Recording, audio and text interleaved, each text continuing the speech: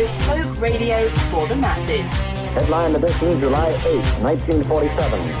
The Army Air Forces has announced that a flying disc has been found and is now in the possession of the Army. If the game is rigged, change the game. Game changer. I occasionally think how quickly our differences worldwide would vanish if we were facing an alien threat from outside this world. This is Fade to Black with your host, Jimmy Church, on the Game Changer Radio Network and KGRA, the Global Radio Alliance. I need your help to get to the year 1985. You're listening to Fade to Black with Jimmy Church on the Game Changer Network.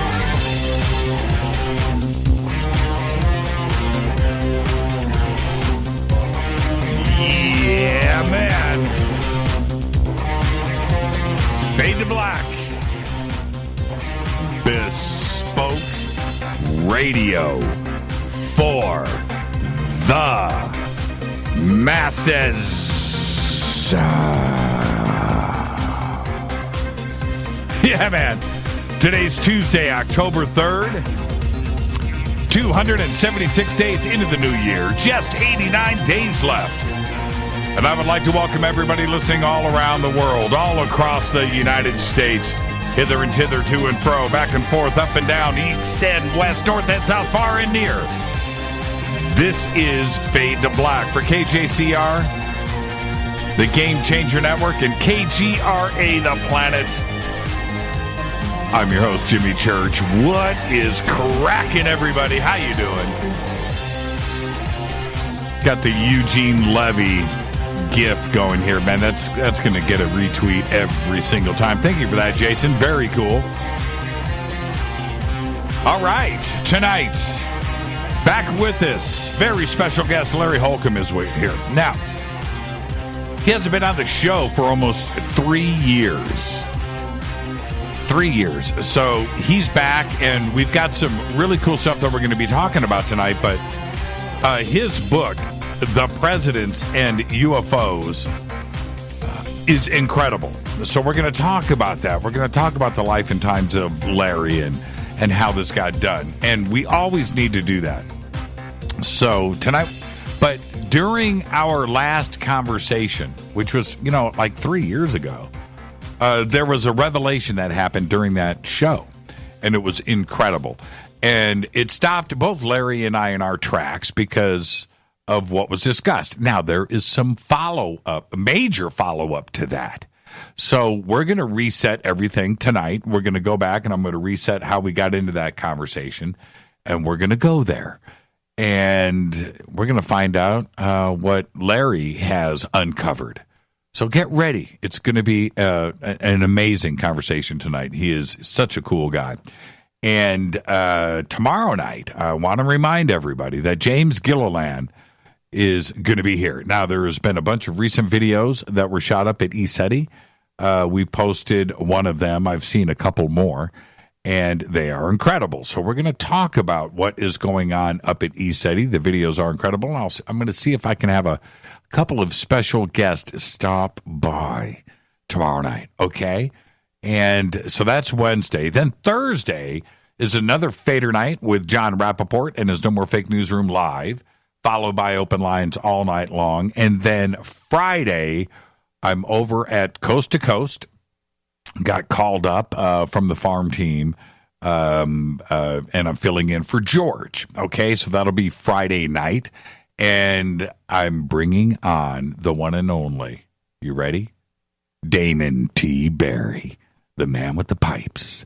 So Damon T. Barry is going to be there Friday night, followed by open line. So we've got a pretty busy full week this week, and thank you for spending the time with us. Okay, follow us on Twitter at JChurchRadio. Facebook, YouTube, everything is Fade to Black. You know what to do. If you've got to go and find it, search Jimmy Church Fade to Black. Twitter, YouTube, Facebook, whatever you need, it'll take you there. Or just go to the website. Those three little funky buttons are right there that Drew has put up. Do we have an Instagram button up there yet? man, I love River Moon Coffee. Couple of things. On Monday, now I am not going to right now reveal things. I will via email a little bit. I will expose more in about 2 days, but doing what we did today, yes, we made the announcement. On Monday's show, our night vision goggle company sponsorship partnership is going to be announced. Okay, so get ready for that. This is a very, very, very big deal. We are very excited about this. I went through email today and started notifying people. I got to, and it was pretty cool. I got a long list of people that have been waiting. So I've contacted everybody. I've let everybody know. Then I had to go through text and tweets and things and Facebook, and I accumulated a really, really long list of Fadernauts that want these, and you guys have been waiting. Well, the announcement is here. And right as I said that, another email just came in. Let me know how to send payment for the night vision goggles. Yeah, I know. I get it. So very excited that announcement will be on Monday, and you guys are going to be so happy. You guys are really going to trip. It's really, really, really great. Okay, so that's going to happen on Monday. The only reason why we're not doing the full-on announcement right now, just so you know, the web pages that this company, and it's a large company, right? It's a big company. It's a corporation, like a real one. The pages inside of their website are done and finished. There's just some fine-tuning of things, and that's going to take, till the end of the day tomorrow, and it might be ready by Thursday, and we need to just make sure everything is right, and then go through the weekend. And so on Monday, we'll be done and ready to go. Okay, we've got some cool artwork and some other stuff that we got to do. But everything else is done and ready, including the goggles. Okay, the hard stuff is out of the way. And we've been working on this behind the scenes, and here we go. So get ready. That announcement is on Monday. All right, hashtag F2B on Twitter for all of you that are new to the show tonight that have heard about the show. Right, Twitter, you've heard the news. Richard just said, I want the goggles. Everybody's going to be happy. Faded black night vision goggles. Yeah, those are cool. I would take these right here. Is that Sherlock Holmes? Or is that National Treasure? Man, that's really cool, whatever that image is from. I kind of dig that. All right. Where am I? We got to get the show cracking here. Okay, hashtag F2B is the sandbox on Twitter. Any questions or comments during the show, hashtag F2BQ. Got some breaking news before I roll on today. The meatless Impossible Burger, right? It doesn't even sound right coming off the tongue. The meatless Impossible Burger has arrived in Pittsburgh, PA. And are you ready? It has soy hemoglobin. I just threw up in my mouth just a little bit just saying that. I just did it again. Soy hemoglobin. I just did it again. I'm throwing up in my mouth. Everybody on the bunker cam can see me. Say soy hemoglobin. You just throw up in your mouth. Just like that. Soy fake blood is what they are using in their burger to make it tasty for vegetarians. Now, I got to say this. If you are a vegetarian and you so love red meat and the taste of blood, go eat some meat. Go eat a burger. If it makes you feel better, get some grass-fed organic beef from some cow that is a happy cow. But soy hemoglobin is so wrong. God, man, I just threw up on my microphone. I can't even say it. And I remember, so I looked at the photograph of this thing today, right? And it looks like a real burger, right? It looks like it is grilled, and it's bloody in the middle. I'm like, wow. And I'm like, and I was thinking all kinds of weird thoughts. I was thinking something a little more basic, like red food coloring in some water, and they dropped it in there to give the visual illusion of blood. And, that would convince the senses, right? You bite into it and you see. But soy hemoglobin, God, man, I just threw up again. God, my microphone is nasty. That is just gross.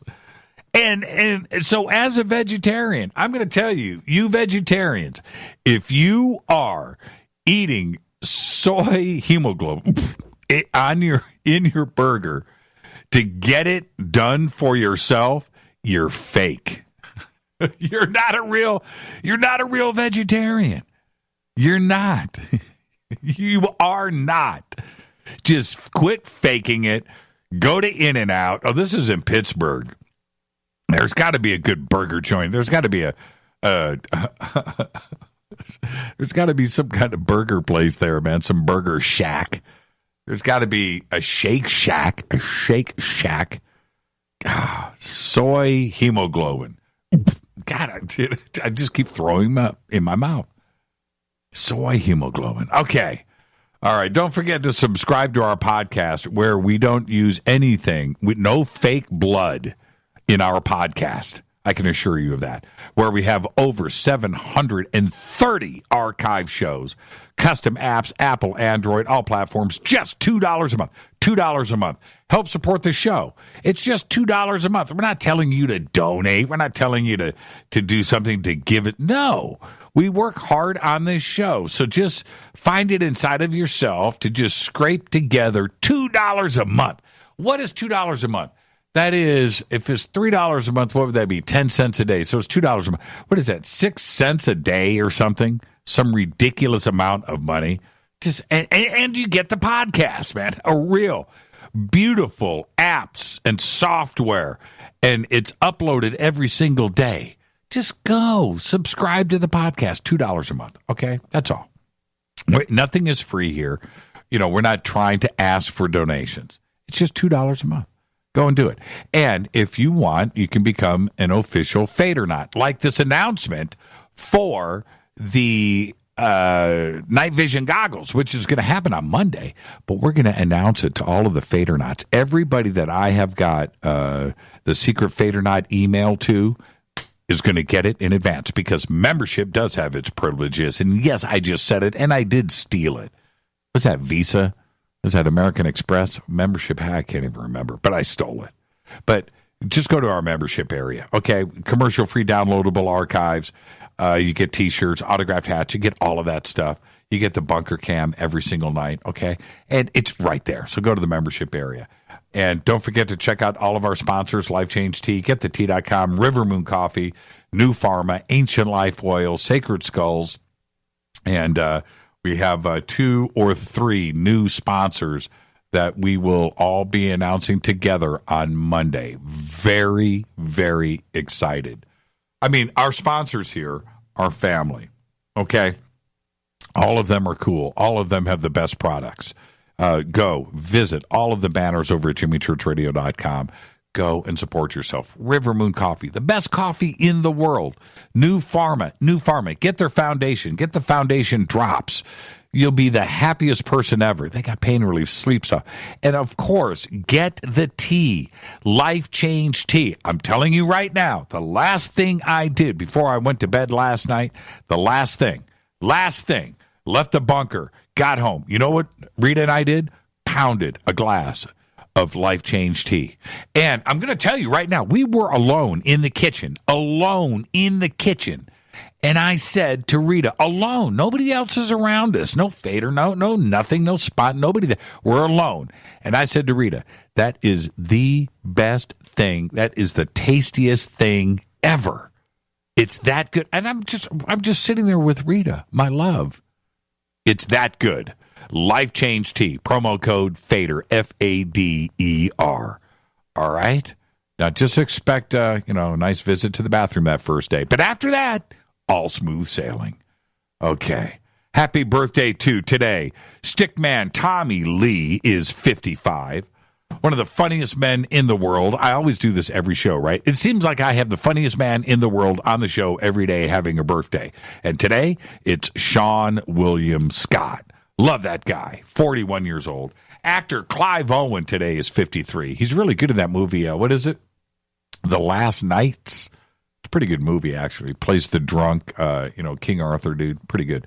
Chubby Checker today is 76.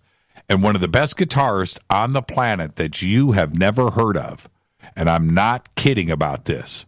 Red Hot Chili Peppers guitarist Josh Klinghoffer is 38. And he is mind-bending. He's that good. Josh, happy birthday. Our dead guy's birthday today is, moment of silence, please, Stevie Ray Vaughan. 1954 to 1990, died tragically at the age of 35. One of the greatest, if not the greatest, blues guitarists ever. In spite of that short-lived mainstream career that spanned just 6 or 7 years, that's it. He was one of the most influential guitarists in the history of the world.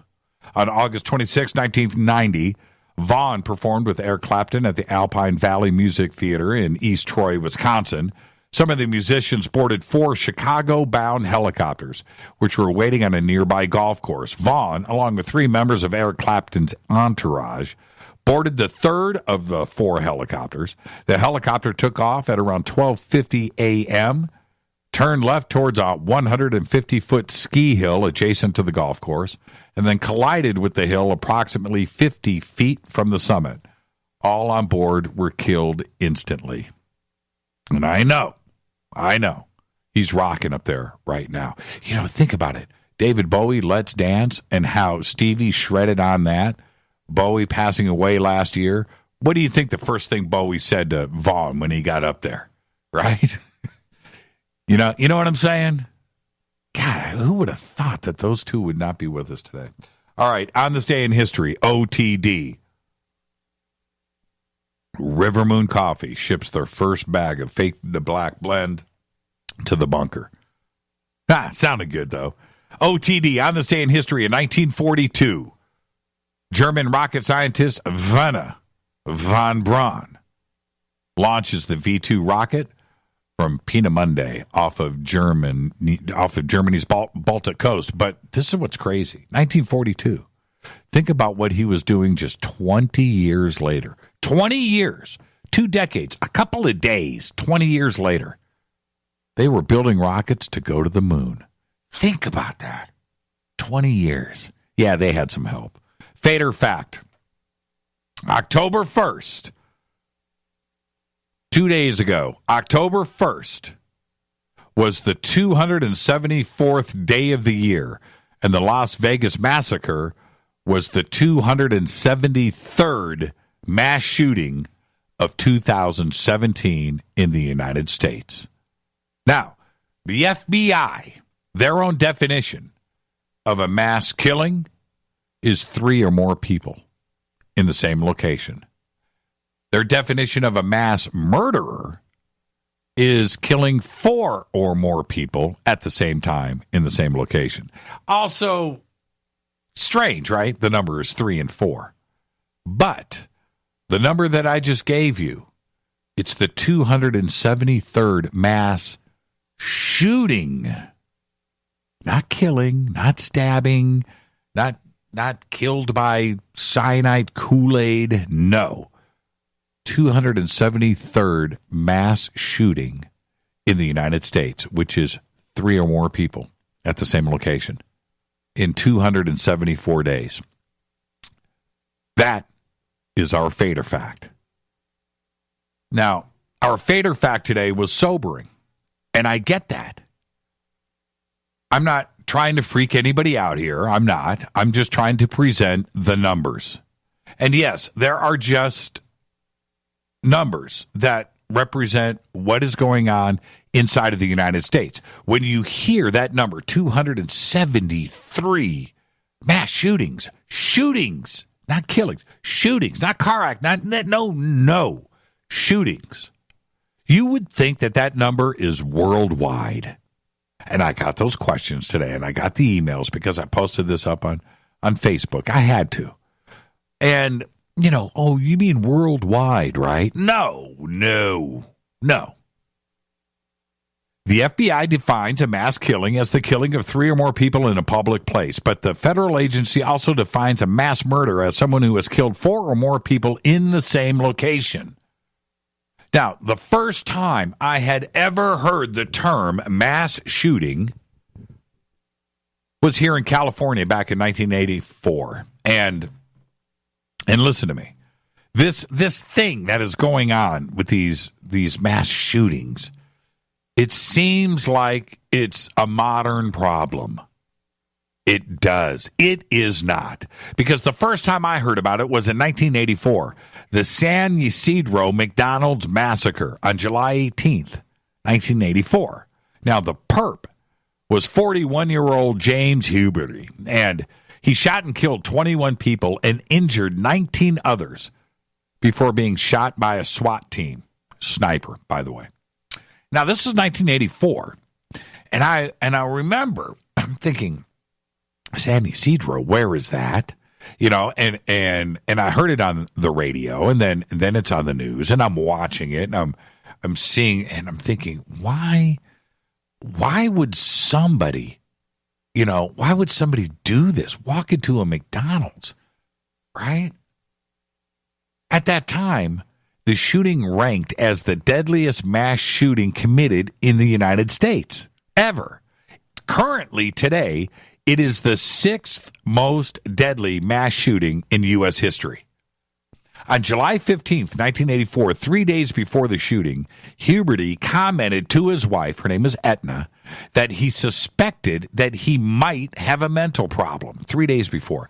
2 days later, on July 17th, he called a mental health clinic, requesting an appointment, leaving his contact details with the receptionist. He was assured that the clinic would return his call within hours. According to his wife, he sat quietly beside the telephone for several hours, awaiting for the return call, before abruptly walking out of the family home and riding to an unknown destination on his motorcycle. Unbeknownst to Huberty, the receptionist had misspelled his name as Schuberty. His polite demeanor conveyed no sense of immediate urgency to the operator, and therefore the call was logged as a non-crisis inquiry to be handled within the next 48 hours. Approximately 1 hour later, Huberty returned home. He seemed contented. After eating dinner, he, his wife, and their 2 daughters, aged 12 and 10, got on their bikes, and they went bike riding to a nearby park. Later that evening, he and Etna watched a film together. The following morning, Wednesday, July 18th, Huberty took his wife and daughters to the San Diego Zoo. In the course of the walk, he told his wife that his life was over. Referring to the mental health clinic's failure to return his phone call the previous day, he said, well, and I'm quoting here, society had their chance. After eating lunch at McDonald's restaurant in Claremont, a neighborhood in San Diego, the Hubertys returned home. Shortly thereafter, he walked into his bedroom, asked his wife, who was laying on the couch, and said, laying on the bed, and said, I want to kiss you goodbye. Etna asked him where he was going, which he replied, I'm going to hunt humans. Carrying a bundle wrapped in a checkered blanket, Huberty looked toward his elder daughter, her name was Zelaya, and he walked to the front door and said, goodbye, I won't be back. He then drove down San Ysidro Boulevard. Now, according to eyewitnesses, he drove first towards the Big Bear supermarket and then towards the United States Post Office before entering the parking lot of a McDonald's restaurant located approximately 200 yards from his apartment. Now, at approximately 3:56 p.m. on July 18th, James Huberty drove his black Mercury Marquis into the parking lot of the McDonald's restaurant on San Ysidro Boulevard. In his possession were a 9mm Browning HP semi-automatic, a 9mm Uzi, a Winchester 12-gauge pump-action shotgun, and a cloth bag filled with hundreds of rounds of ammunition for each weapon. Now, at that time, a total of 45 customers were present inside the restaurant. I'm not going to go into those details. It's well documented. What happened next was unbelievable. The incident itself lasted for 78 minutes, during which time Huberty fired a minimum of 245 rounds, killing 20 people and wounding 20 others, one of whom died the following day. Now, what is interesting here, during the killing, he stopped and turned on the radio to listen to music. He had already killed a dozen people at this point and injured a dozen others. People were hiding. He turned up the radio and then continued shooting. Anybody that was injured, he killed. That was almost 35 years ago. The term mass shooting is nothing new, is it? You know, think about this. It seems like this is a modern thing.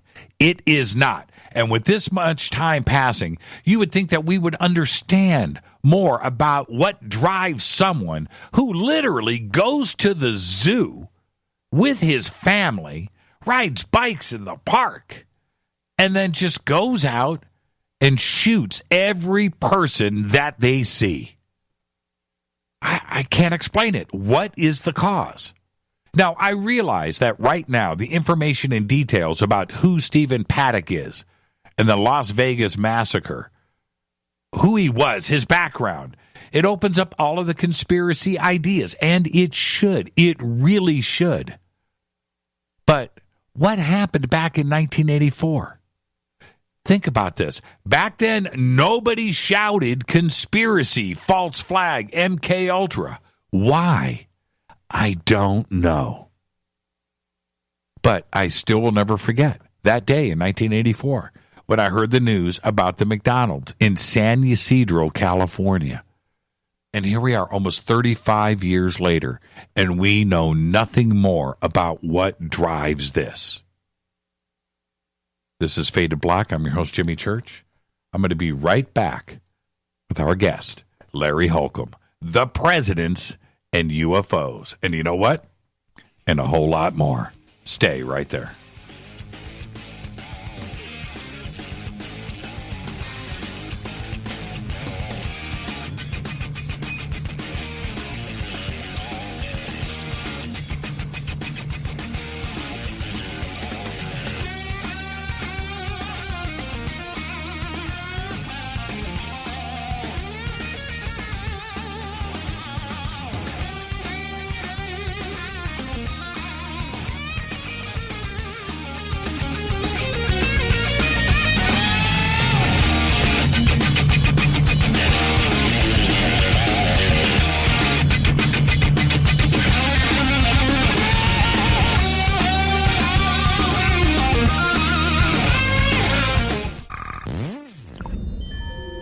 You're listening to Jimmy Church, Fade to Black.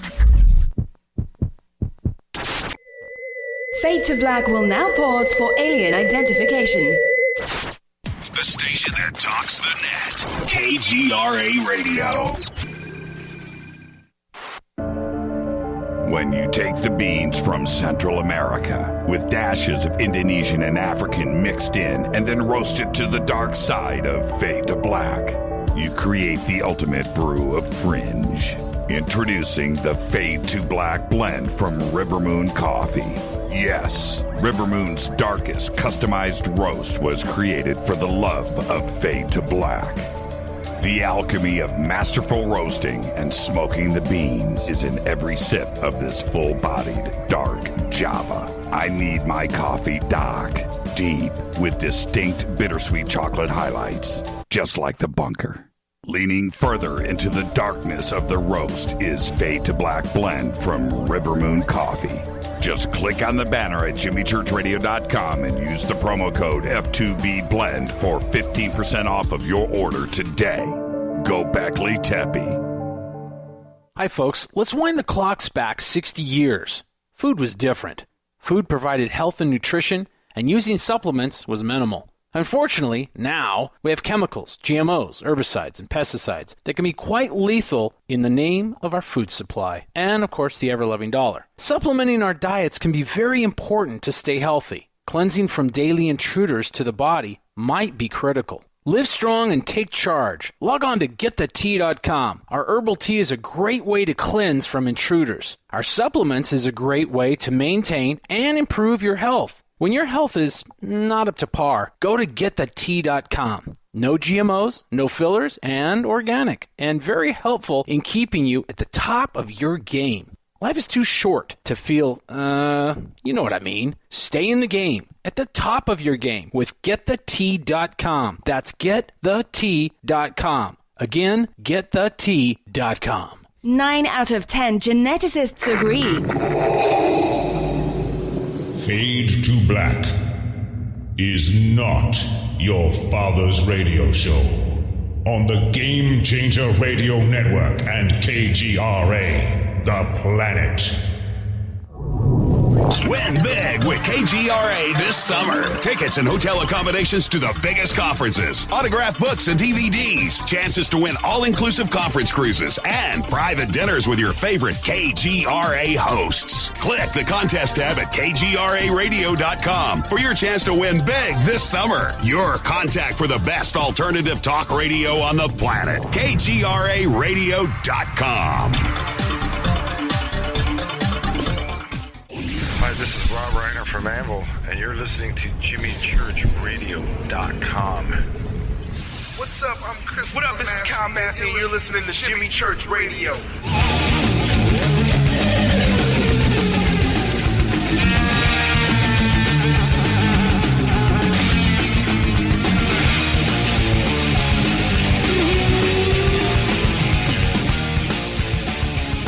All right, everybody, welcome back. Fade to Black.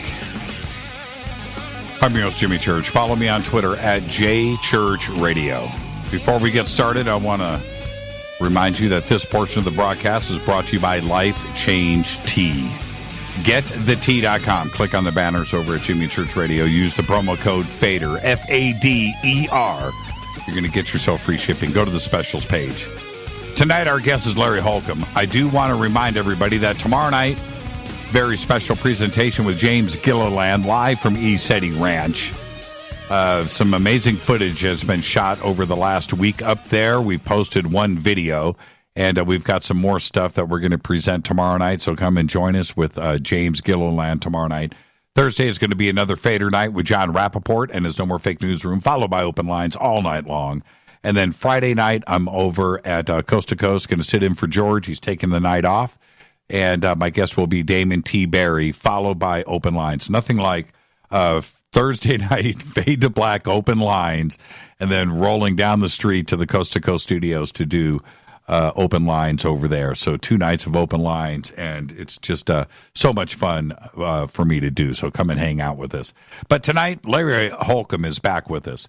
And his introduction to the world of ufology came in the late 1950s after reading 2 of Major Donald Keyhoe's books, Flying Saucers Are Real, which is what everybody should start reading as they get into our community, and Flying Saucers Are Real and Flying Saucers from Outer Space. But in 2006, he took early retirement and started his first novel, The Great River Disclosure, a thriller based on the government cover-up of an extraterrestrial presence visiting here on Earth. His second novel in the Disclosure Trilogy is Satan's Angel. The Presidents and UFOs, A Secret History From FDR to Obama, was released by St. Martin's Press in March 2015. The softcover and a new Afterword, by the way, was released in August of last year. In addition to St. Martin's Press, the audiobook rights were purchased by Audible. Italian and Japanese publishers purchased the foreign rights, and Sony Pictures has optioned the film rights to the book. As of this date, Larry has done 32 radio interviews, including Coast to Coast AM, Fox News Radio, and Fade to Black, of course. He has lectured in 6 states and has lectured at the Roswell UFO Festival since 2011. His website is LarryHolcombe.com, and I would like to welcome back to Fade to Black our good friend, Larry Holcombe. Larry, good evening. Good evening, Jimmy. Can you hear me all right? I got you just fine, my friend. Well, we had a little problem, but hopefully everybody can hear me okay. Man, you sound great. You know, can I throw you under the bus a little bit, Larry? Sure. Okay. It's happened plenty of times before. Couple of years ago, at the Roswell UFO Festival, we were attending the breakfast. I think I had just done a radio interview upstairs with the local radio station up there, and I come downstairs and I hear Jimmy Church. It's Larry Holcombe, and I turn around and you got the cowboy hat on, and you're standing there, and it was just like seeing an old friend. And it was so great to see you in person. But you are exactly who you are. I mean, I'm serious, man. You are one of the coolest guys, and your feet are on the ground, and you're down to earth, and you exude this publicly. And so I'm just letting you know you're not faking it. So I'm throwing you under the bus a little bit, Larry. You're one cool guy. Well, you are too, and as I've told you, you are one of the best interviewers that around, and that I've worked with, and I enjoyed meeting you and Rita. I think that was 2016. You even had me on your show that you broadcast from the library auxiliary. Yep, that's right. Yeah, so we had a few minutes there, and so it was a lot of fun. I think a lot of good folks there. Stan Friedman was there, and Tom Curry and Don Schmidt, and a lot of good folks. Clyde Lewis was there. Linda Moulton Howe was there. It was. I mean, the thing is. That conference, that is not done at, some hall. It's the entire city. They really roll out the red carpet. They don't play around there, and they really appreciate us supporting that community, and it just shows. And what a great event that they do there, no doubt. Yeah, it really is, and it's getting better every year. This past year was the 70th anniversary of Roswell, and they've got a new director, Jim Hall, I think it is, and who's done a fantastic job, and it's just getting better and better every year, and it's not an easy place to get to. Roswell isn't, but it's well worth going. They're great folks. They do a good job, and they've got a wealth of information there, not only in the displays, but also in the library itself with research documents. I know that Stan Friedman and Kathy Martin just donated a lot of their work to the library. A lot of their research work to the library, so it's a great place. So I heard. I need you to confirm this. They had the Larry Holcombe float, right? And you had your own float, and you were throwing candy out in the parade. I don't remember that. You don't remember that? Somehow I don't remember that. Maybe it must have been after 5 o'clock. Okay, I get it. Well, what I would like to do, and this is for our audience, Larry, we have all age groups here, represented. But for the youngsters, and we have a large, young, the millennials, that hang out here because it is a cool place to just get your knowledge on. And we talk about music, we talk about rock and roll and heavy metal and movies and food and all of that stuff. So, but I think that everybody needs to go back and visit guys like Keyhoe, and I talk about this all the time, that I got my toes, I dipped my toes with the Uninterrupted or the Interrupted Journey or Betty Andreessen and Keyhoe and all of that stuff that came from all of those, James McDonald, right? That whole thing that was going on in the 50s and 60s by some personal hero of mine, by the way, Jim McDonald. Oh, man. Oh, I got to tell you. Well, okay, let's move on. We could talk about McDonald all night long. Yeah. No doubt. But you need to go back and visit those books and try to find some of the interviews. There's some stuff on TV too as well. Keyhoe was central. I'm a big fan of Long John Nebel and his original radio shows. And he would have Keyhoe on all the time. And when Keyhoe got cut off at that during that television special, they faded him out, right? Armstrong Circle Theater. Circle Theater. The days after that happened, Long John Nebel had Keyhoe on his show live. Very controversial at the time to talk about that event. And these are seminal events in UFO history. And you have to go back and visit those for your foundation in ufology, because then you know what people are talking about when they're talking about Keyhoe or James McDonald or Long John Nebel, for instance. And for you started right there, didn't you? You started with the flying saucers are real and flying saucers from outer space. Right at that time, and saw the follow up of Keyhoe on Armstrong Theater, the show that Mike Wallace that he did with Mike Wallace, the follow up show after he was on the Armstrong Circle Theater, and the Air Force came in and gave Wallace some loaded questions to ask Keyhoe that Keyhoe wasn't prepared for, that turned out to be totally bogus. But this was the way the Air Force was operating in those days, and they still are, really, for that matter. Right. And what does that when you read Flying Saucers Are Real, which is a great book, and think about when that was written too, and Flying Saucers from Outer Space.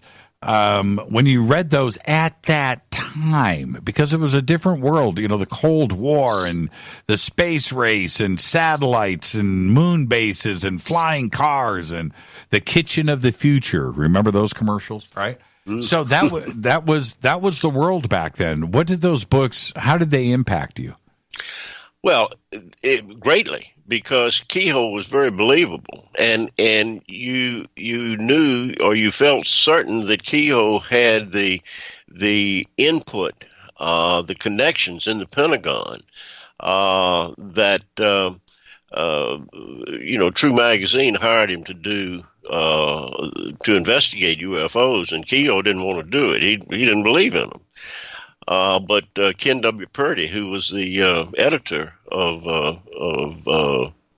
True Magazine, convinced him to do it. And when he got into it with his contacts in the Pentagon, he found out that there was something to it. And the more he got into it, the more convinced he became that he thought for a long time that these were Soviet missiles or something man-made, until the idea, scientists brought an idea to him that maybe he was looking in the wrong direction. Maybe he needed to look up, that these were not from this planet. And that shocked Keyhoe. And he realized that, yes, that was conceivably an answer to the question of what flying saucers, as they were called then, was. And so it was an eye-opener to Keyhoe. He wrote the article in True Magazine, which came out in December of 1949, if I remember correctly, and it was the January 1950 issue that came out in December of 1949, and if memory serves me correct, that is still the largest selling magazine in magazine publishing history. Wow. The article that he wrote in True Magazine and in 1950, and then went on to write the books Flying Saucers from Outer Space and Flying Saucers Are Real. And because because Keyhoe had such good contacts in Washington, in the Pentagon, and there was a fight going on within the Air Force. Those that believed that they were probably dealing with extraterrestrial vehicles, and those that didn't. Those that didn't had not done any research, and those that had done the research came to the conclusion that that's the only thing it can be. So anyway, Keyhoe was very believable. The books were very, very believable, opposed to books that I read by George Adamski, right, which I just wrote off at the time. Now, in later years, Adamski has gained some popularity or some believability, but I still question him. But no, Keyhoe's books were very believable, and he did some solid, hard research. What was the atmosphere? Help me understand this, because I wasn't born until 1963, okay? I'm 53 years old today. I wasn't born in... Happy birthday. Yeah, it's coming up. My birthday is next week. This week. Oh, next week. Oh, yeah, I thought you said today. No. It's in 7 days. Don't remind me. I'll be 54. So, but I wasn't born until 63. What the way that I read the research and look at the documentaries and so forth, the discussion itself was real. This was something that the White House was discussing, wasn't it? The Air Force was discussing this. They were doing press conferences about this. They were writing reports. They were concerned. It's the opposite of the way it's dealt with today in the public media, right? We don't see these, but these arguments and these discussions and this debate, this was a public matter, wasn't it? Well, it certainly was, because it was written up in all the newspapers. It was making headlines. Right. I mean, from the late 1940s on into the 50s. It was making headlines all across around the world. And people were starting to build up into a frenzy. And this sort of was capped by the Great Washington Merry-Go-Round of 1952, when Washington was overflown on 2 weekend nights by unidentified flying objects. They were tracked on radar at Washington National. They were tracked on radar at Andrews Air Force Base. Both towers were back and forth in contact with each other, discussing, well, we see them here, they're heading your way now. Then Washington National would pick them up on the radar after Andrews told them they were heading their way. They would send up jets, and the things would disappear, would take off. The jets would leave, and they'd come back. This was primarily on the second weekend night. And people saw them from the ground. People saw them outside from the control towers. Pilots and airliners saw them. So you had visual contact from the ground. You had visual contact from aircraft. You had radar contact, and it couldn't be disputed. And then General Sanford held this press conference, and which he ended up saying that we think they are temperature inversions, which infuriated a lot of people, such as Jim McDonnell, famed atmospheric scientist from the University of Arizona, and others. The radar operators were infuriated because to think that they had, hundreds of thousands of people's lives in their hands, and they couldn't tell a solid, painting a solid object from a temperature inversion was ridiculous, made them look bad.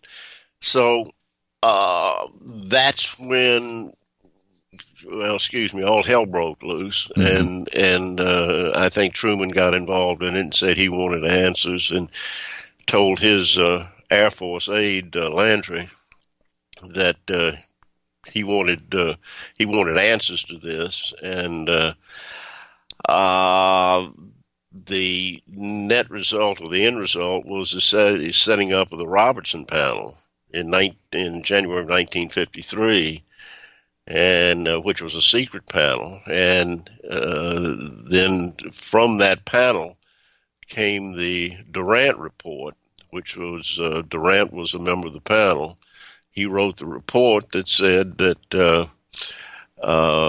public's psyche should be taken away from the flying saucer issue by whatever means, disinformation. So this is really when the cover-up really began, and also said that that civilian groups, flying saucer groups, investigative groups, should be watched. So it really was a case of Big Brother taking over, and I think this is when the cover-up really took hold. Well, let me jump in right there, Larry. We're going to hit a break here, so I want to get a thought out and set up for where we're going after the break. But it's this: before the Robertson panel, it appeared that the press, the Air Force, the public was okay talking about this and debating about this in public. They were okay with dealing with it, in an open forum. And after that point, things radically changed, and the clampdown happened. The reporting was different. There was no more public debate. The Air Force started to say that, we're not interested in this. But Blue Book and Grudge and all of that happened behind the scenes and later on. But at this point, that's exactly what happened, right? From 1947 with Kenneth Arnold and Roswell. We're going to get to that in a second. But it was all out in the open, wasn't it? And then everything changed. Sure, you had a lot of sightings that made headlines around the world. You had the Farmington Armada. Mm-hmm. You remember, what was that, 1949, 1950, where hundreds maybe of saucer-type craft overflew the small town of Farmington, New Mexico. Was seen by half of the population, which wasn't much. I don't think the population was about 3,000, but about half of the people saw the things. Right. That made headlines. So you had these sightings everywhere. It was driving the Air Force crazy. You had Donald Keyhoe beating on them, and the news people, the press, printing these saucer stories and making headlines, and the Air Force was just continually under pressure to come up with answers. And then when the Washington merry-go-round came about, that was the straw that broke the camel's back. The Air Force knew they had to do something. They had to quell this public hysteria that was slowly building. Right. And to a crescendo at the Washington merry-go-round event. So, and I think that one of my pet peeves, and it is another book that I've been working on, is the media's handling and how the government has handled the media and taken the media out of reasonably reporting UFO events and making it a yuck factor as far as the media is concerned, which irritates me no end. And we'll see what happens with that. But yeah, that's something that's a very sore subject with me. The way the media has, I think, been brainwashed. Well, and then now this is what we're going to talk about after the break, because out of everything that Keyhoe was talking about and the press and the clippings and the headlines, including the Air Force and all of the ufologists and contactees and trips to Venus, right? All of this stuff was being talked about. But one thing wasn't, and that was Roswell. Keyhoe never, do you ever remember, and I know your answer, but I just want you to say it out loud. Do you ever remember Donald Keyhoe saying Roswell, New Mexico, ever? No, and I went back and reread his books to find out if he did, and he didn't. No.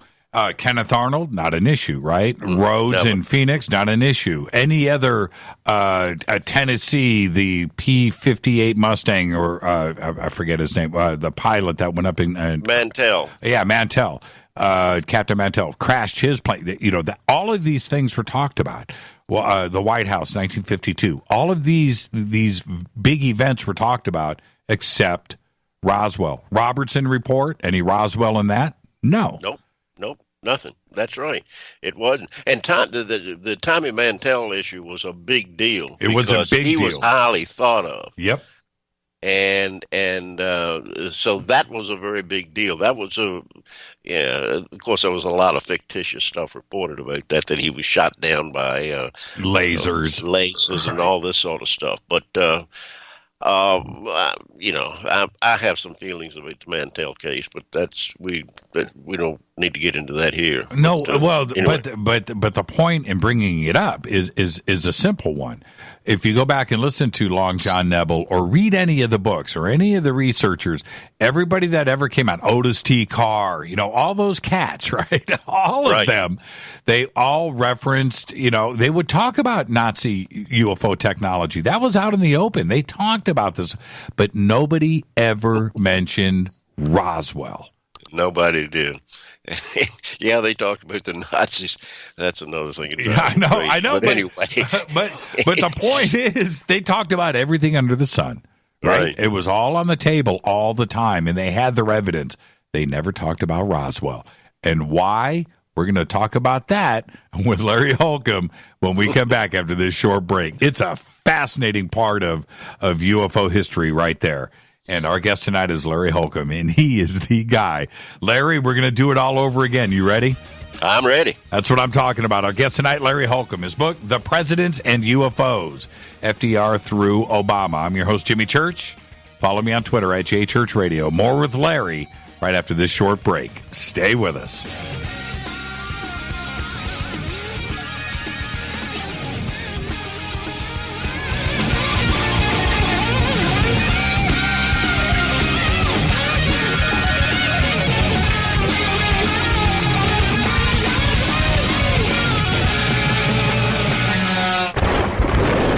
This is Fade to Black with Jimmy Church on the Game Changer Radio Network and KGRA, the Global Radio Alliance. This is KGRA Digital Broadcasting Station, Salt Lake City, Utah, Van Buren, Arkansas. Hello, I'm Katie, and you're listening to my own man, Jimmy Church, on jimmychurchradio.com. Hi, this is Ray Hobbs here, repping the planet, and you're listening to my good friend, Jimmy Church, Fade to Black, on the Game Changer Network and the KGRA Digital Broadcast Station. This is Toby Kebbell. You're listening to jimmychurchradio.com. Don't hurt me, Jimmy. I'm only little. Hey, I'm Adrian Grenier. And this is Ari Gold. We're the Honey Brothers. We're of the Honey Brothers. Hey, I'm Adrian Grenier. And I'm Ari Gold. We're the Honey Brothers. And you're listening to Jimmy Church. The Revolution. Ancient Life Oil. Life-changing. The real oil. CBD is truly ancient life oil from the source. This oil has no psychoactive effect and is also legal in all 50 states. When you're healthy, you're happy. The truth about this wonderful plant is that it wants to give back to mankind life, longevity, and happiness. Ancient Life Oil are golden grade, all organic, non-GMO, and infused with high-quality liquid coconut oil. It's simple. Just go to ancientlifeoil.com today. That's ancientlifeoil.com. The best, purest, organic, and non-GMO CBD in the world. Go Beckley Tappy.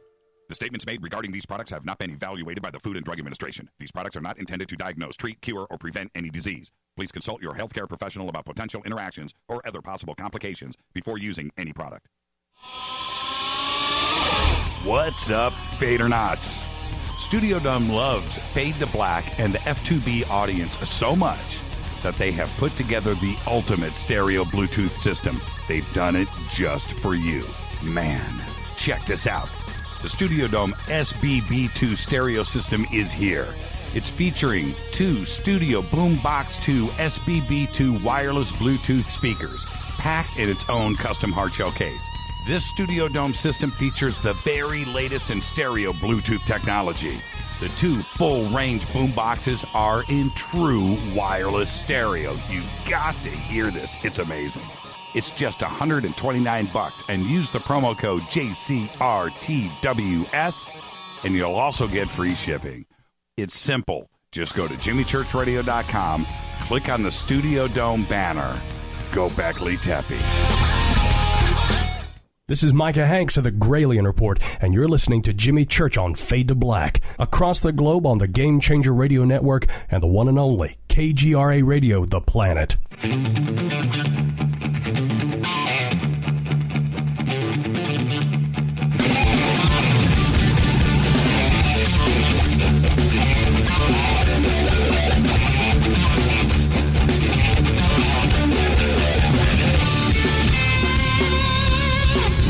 All right, welcome back. Fade to Black. I'm your host, Jimmy Church. Follow me on Twitter right now at JChurchRadio. Come hang out with us on TweetDeck, Twitter. Hashtag F2B is the sandbox. We have chat rooms are open over at KGRA The Planet and, of course, Spreaker. This portion of the broadcast is brought to you by River Moon Coffee, makers of the Fade to Black blend. That's right. It's dark and it's smoky. Just use the promo code F2B blend when you order, and just click on the banner over at jimmychurchradio.com. Our guest tonight, Larry Holcombe. His book is The Presidents and UFOs, A Secret History From FDR to Obama. And Larry, right before the break, I'm going to do a little reset here. We were talking about one of the most interesting parts of ufology, which is between 1947, July, after the crackdown, and the retraction, which only took a day from the Air Force on the Roswell incident. From that point forward, and that was after radio and all the headlines and newspapers and all of the craziness of Roswell, it was clamped down. From July, around July 10th, July 9th, 1947, all the way through 1980, Roswell dropped out. It was not mentioned anywhere in any circle at any time by anybody. This is part of your research. And why do you think that was? Was it because the crackdown was so effective, or that people were scared? I mean, it wasn't. Nobody mentioned the word Roswell anywhere. Well, it obviously was very effective. The Air Force came in very quickly. When Colonel Blanchard authorized Walter Hart to release the story that they had captured a flying disc or parts of a flying disc, and that story hit the news primarily on the West Coast. Before it hit the news on the East Coast, General Clements McMullen contacted 8th Air Force headquarters in General Roger Ramey's office, and didn't get Ramey, got then Colonel Thomas Jefferson DuBose, and told him to kill that story. They were getting, they were being inundated by calls from all over the world. And he said, kill that story any way you can. I don't care how you do it, but kill it and get that debris to me. And I'm going to get it to Wright Field, which, of course, was Wright Field at the time, now Wright-Patterson Air Force Base. Exactly how that all came down, whether he got all of it, whether some of it was sent to him, whether some of it was sent directly to Wright Field, I don't know. But that was the long and short of it. That Colonel, later General Thomas Jefferson DuBose, Ramey's chief of staff, said, went public with and said that he was told to kill the story, that Ramey was told to kill the story, and how they killed the story was to say that it was a weather balloon. Now, and made Jesse Marcel, who went out and first saw the debris and brought some of it back, made him look like a fool. And Marcel had to live with this for 30 years. It ate at him. And that he had to tell a lie. Yeah, and this is the thing, and we all know, the story now today. But back then, it died on the vine. Every reporter in the country that had a car was driving to Roswell, New Mexico for this story. And they all turned around, right? That's it. Exactly right. They killed the story, just nipped it in the bud, and it worked. Now, this is what I have a hard time wrapping my head around. That we have guys like Keyhoe, and I get that, and James McDonald, and all of the other researchers, and the magazines and things that were going on at that time. I get that, but what about the crazy fringe guys, right? That should have gone back and picked up on Roswell and continued the story in public, but it didn't. Not, when I bring up, everybody needs to understand exactly what I'm saying here. One of the most fantastic radio programs ever in the history of radio, which was The Party Line, Long John Nebel. Oh, right. He was live every night for 5 years in Manhattan on the biggest radio station in the world. And all he had on were guests, one after another, discussing the supernatural and UFOs every single night of the week. That's all he did, right? 40 hours of programming. And it was never mentioned by anybody. Nobody remembered. Nobody was concerned about it. And that is the most fantastic part of all of when you look at ufology, and I need to drive this home, it was not mentioned once. And I would do nothing but listen. I'm trying. I want somebody to mention Roswell so I can go, aha, we have something here. But it's clearly not there. But you had an interesting experience, didn't you? Yeah, I did. And this was, refresh my memory, I'm going to say 1960? 1960, the Doug Locke story. The Doug Locke story. Who was Doug Locke? Let me slip back a little bit and say that I think that the reason that the story died so easily was the press was not as sophisticated then about flying saucers. They knew they existed. They didn't know what they were. I don't think the Air Force at the time knew what they were. Right. And they just weren't that sophisticated. So the Air Force came out. And keep in mind, this was 1947. We just won a terrible war where 1,600 cities had been destroyed and 50 to 60 million people had been killed. The public was ready to hear, well, it's nothing to it. They really didn't want to know that the sovereign airspace of the United States and the airspace around the world was being invaded by objects that we had no control over. So I think it was fairly easy for the Air Force to come out with this story. The press was not sophisticated in the story and in the issue, and the people said, whew, okay, that's glad to hear that's all it was. And so that's my take on how the story died and how it was so easy for the Air Force to come up with this cock and bull story about a weather balloon and radar reflectors. Now, you want to move ahead to the Doug Locke story? Yeah, let's go. All right. You want the long version? Yeah, see, this is the thing. The story is so important, and your direct connection to all of it is equally as important. This is not third-hand, fourth-hand stuff here. I think it is a very, very important story in the Roswell issue, the Roswell story. I think it's a very important cog in a piece of the Roswell puzzle. In 1960. Well, let's start here before the story goes. Who was Doug Locke? Well, that's what I'm going to tell you. Doug Locke, when I was 17 years old and living in Sanson, Virginia, which is a suburb of Richmond, Virginia, right at Richmond International Airport, which at the time was Byrd International Airport. the little village, nice little village, Sun Oil Company had built a new Sunoco service station, and Doug Locke, that I didn't know, came to town and took over, leased this new service station. And I was 17 years old at the time, junior in high school.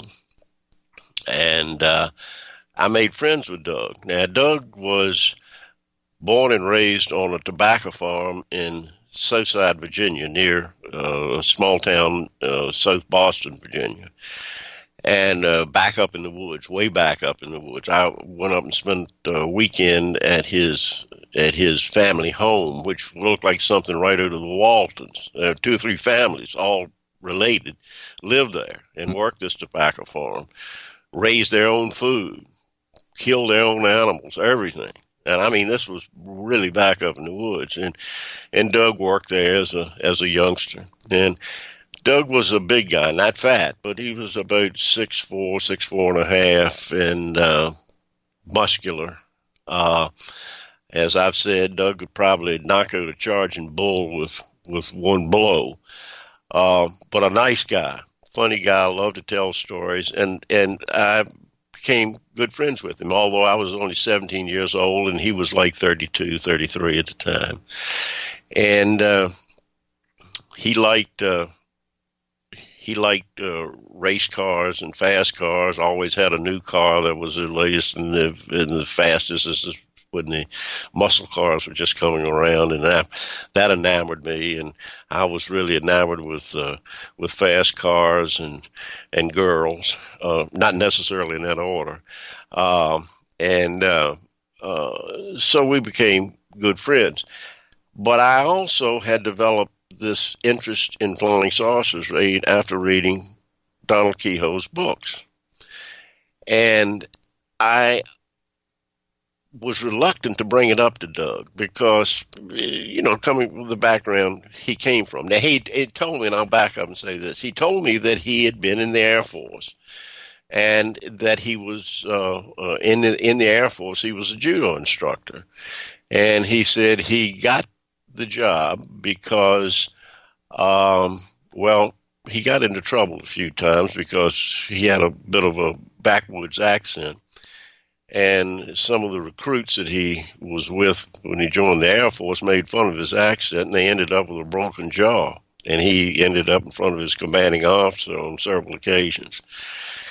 So, as he told me, he was brought before his commanding officer and said, I've got a letter here from headquarters that is asking for recruits to be trained as judo instructors. And with your background, I think you would be a perfect candidate to be a judo instructor. And he agreed with that and was sent to Japan, to the Kodokan Institute in Japan with 24 others or 23 others, and trained as a judo instructor. And his base that he was assigned to was Fort Bliss, Texas. So I knew that. I knew that background. And knowing that my interest in UFOs, I was reluctant to bring it up to him because I thought he was going to say, "You crazy kid, you don't believe in that kind of stuff, do you?" Right. But I did. I finally steeled myself to being rebuked by him. Right. And I brought it up and I said, I've read a couple of books by a fellow named Donald Keyhoe, a retired Marine Corps aviator. And he makes some really good points about these things called flying saucers. And I just steeled myself that he was going to lambaste me. And he just looked at me and he said, "Larry, it's all real." And I was stunned. I mean, I think I was probably speechless. And I said, "Doug, why do you say that?" He said, "When I was a judo instructor at Biggs Air Force Base, I instructed pilots from surrounding bases as well as from Fort Bliss in judo. And they told me stories, the pilots And you can imagine that if pilots had experiences with flying saucers, as they were called then, they were told to keep their mouth shut. Right. But if they had a judo instructor, they'd want to vent a little bit. And this would be a perfect person to vent to. Sure. And he said, they told me stories that just literally scared the hell out of them. And he said, Larry, these were pilots, these were brave pilots that flew in the Second World War, in Korea. And he said what they saw frightened them greatly. And they were told to try to shoot the things down if they could. He went on to tell me about a bomber pilot from Roswell that told him that a saucer had crashed at Roswell and that he had actually flown the debris from the saucer and alien bodies that they found to Wright-Patterson or Wright Field, or now Wright-Patterson Air Force Base. And I've often wondered if that was Pappy Henderson. But anyway, I'll stop the story there and interject this. I don't know whether I wasn't ready to accept stories about alien beings. I could accept flying saucers, but alien beings and crash saucers, whatever. Anyway, we lost contact with each other. The years passed. I got married, had children, job and all, but I still continued my interest in study in the flying saucer issue. And when the story broke in 1980 or 81, when Roswell became an issue, I couldn't remember why Roswell was so important to me. It was a blank. That's when I went back and read Keyhoe's book, like you're talking about. I did research to try to find out why Roswell was so important to me. I knew why Wright-Patterson was so important to me, but I couldn't figure out why Roswell was so important. A cloud had descended, and I couldn't remember. When I started writing, the fog started to lift. And Doug Zlock's story to me in 1960 about what the pilots told him, primarily pilots from Roswell, but other bases as well. That story that he told me was a perfect match to the story that broke in the early 1980s. Right. And about Roswell.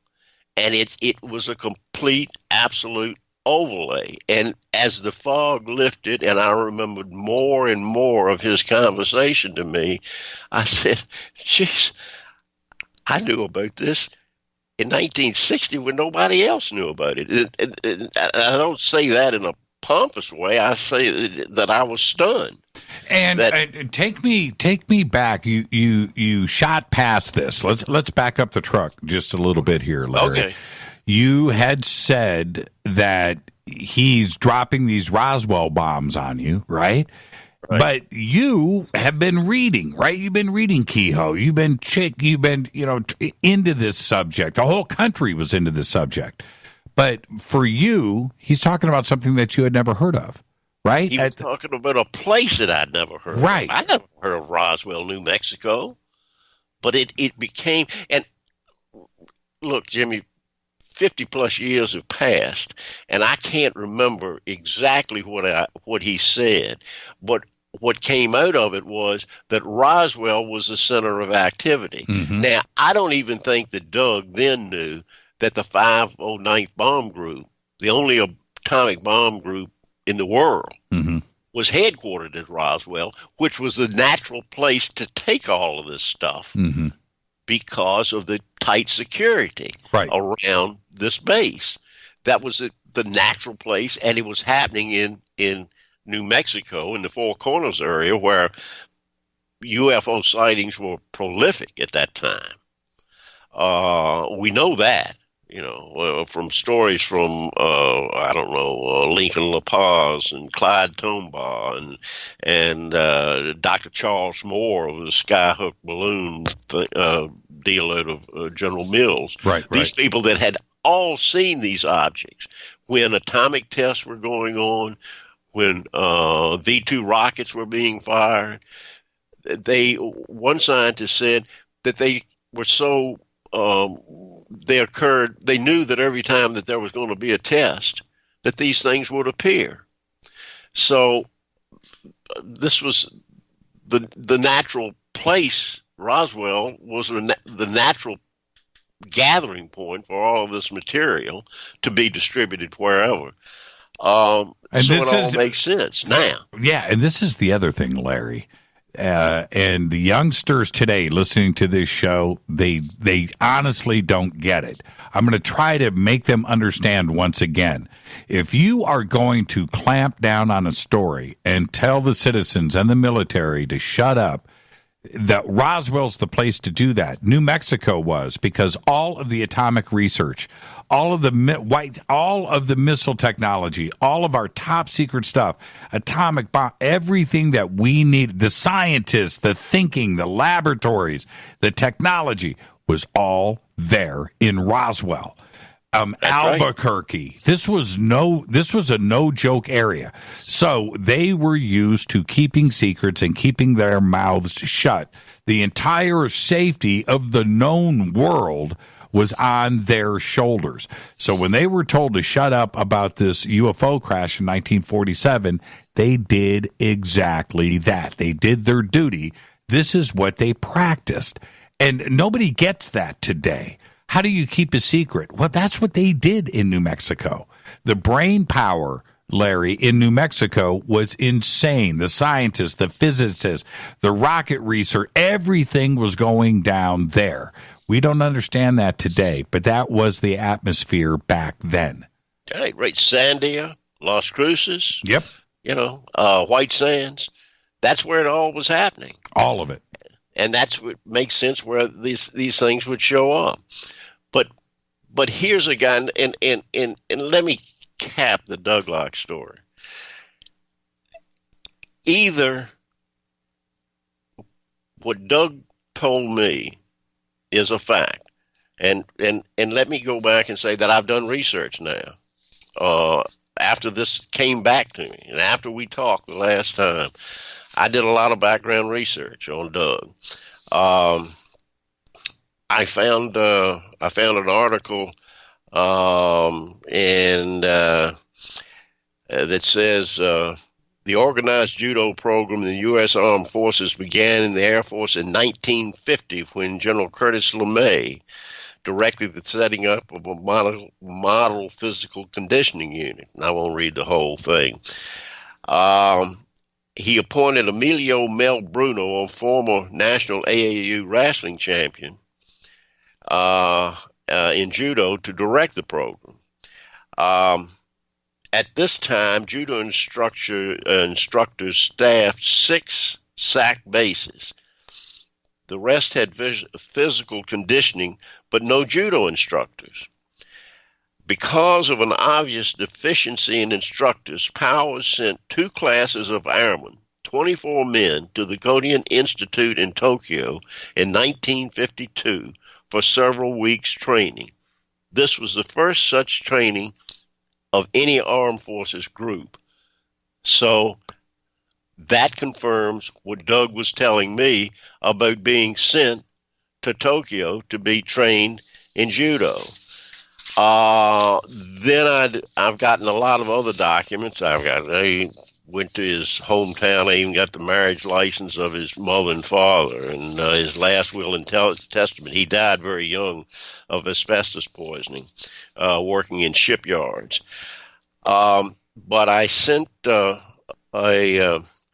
Freedom of Information request to the National Personnel Records Center, and I got a letter back from them to reference Douglas D. Locks and his serial number and what have you, and they're telling me, dear recipient, thank you for contacting the National Personnel Record Centers.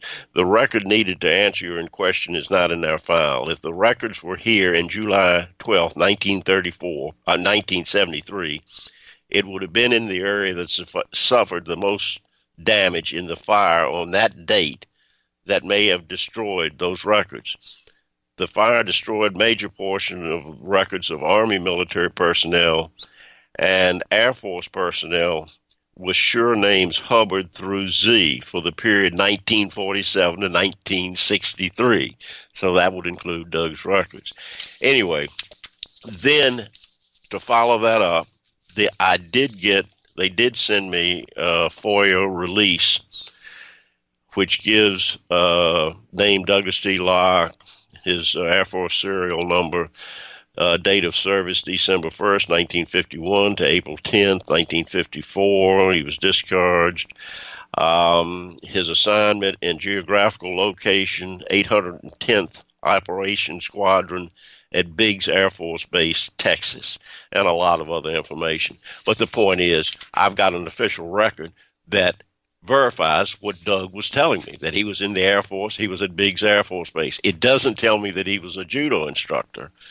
However, I don't know that that's necessary. I think we've got enough information there to back up Doug's story. The only thing then is what I'm telling you is what Doug told me. The only chink in the armor of this story would be if I'm lying. Right. You see? That's the only thing. Okay. Because he couldn't have told me that story like he did if it wasn't true.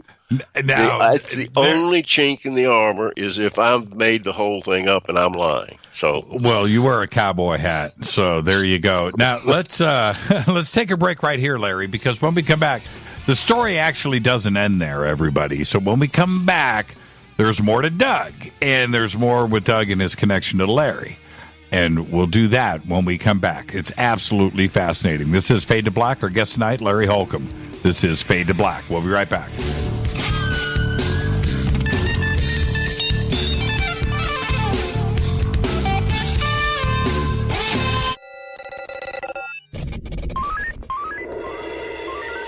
Way out here, we listen to Jimmy Church.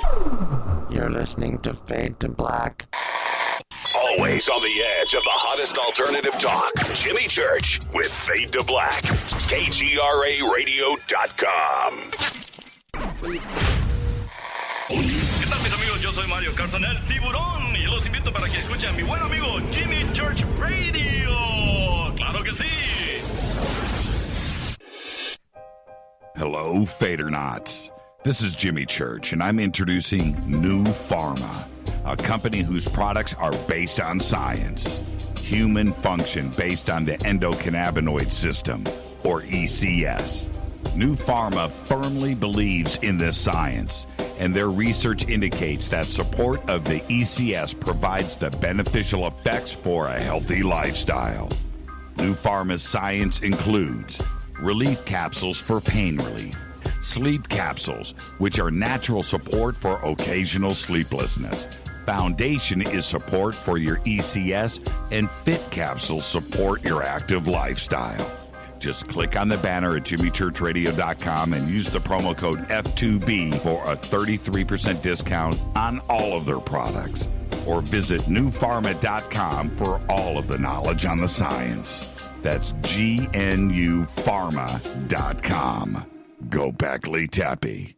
Hi, I'm Matt Ray for U.S. Gold Bureau. I cover the market daily. No matter how strong it gets or what long-term predictions say, you can count on one thing as certain. There will be another crash. It will affect your assets. And when it happens, wouldn't you rather be 2 weeks or even 2 months ahead of the curve? Well, Wall Street insiders have been quietly converting their assets into gold for the last few years. Now it's your turn. Buying gold and silver is easier than buying stocks. With the U.S. Gold Bureau's Investor Guide, it's free, and you learn how to buy precious metals in or out of an IRA or 401k retirement plan. Your investment shipped directly to your home and is 100% insured and guaranteed. You control your investments and shelter them against the stock market, politics, and unknown threats.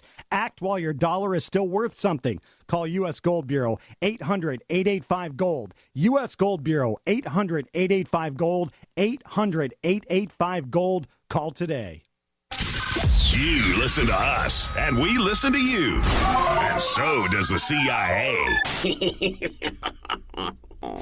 KGRARadio.com.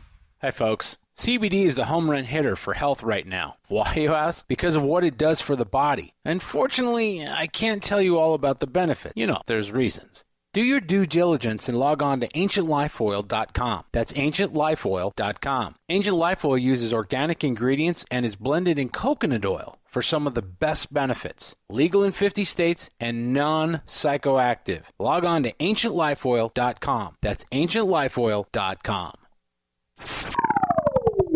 You are listening to Fade to Black with Jimmy Church on the Game Changer Network. Oi, oi, I'm Reese Evans. You're listening to Jimmy Church. This is Revolution. The revolution will not be televised. The revolution is on radio. Ciao.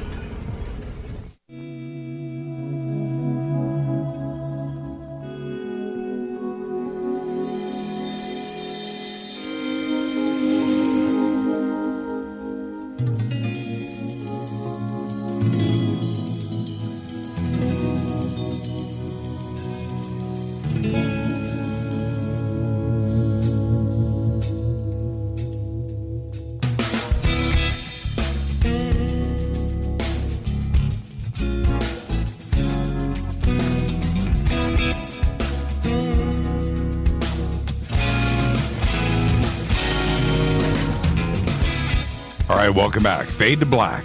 I'm your host, Jimmy Church. Follow me on Twitter at JChurchRadio. Email is jimmy@jimmychurchradio.com.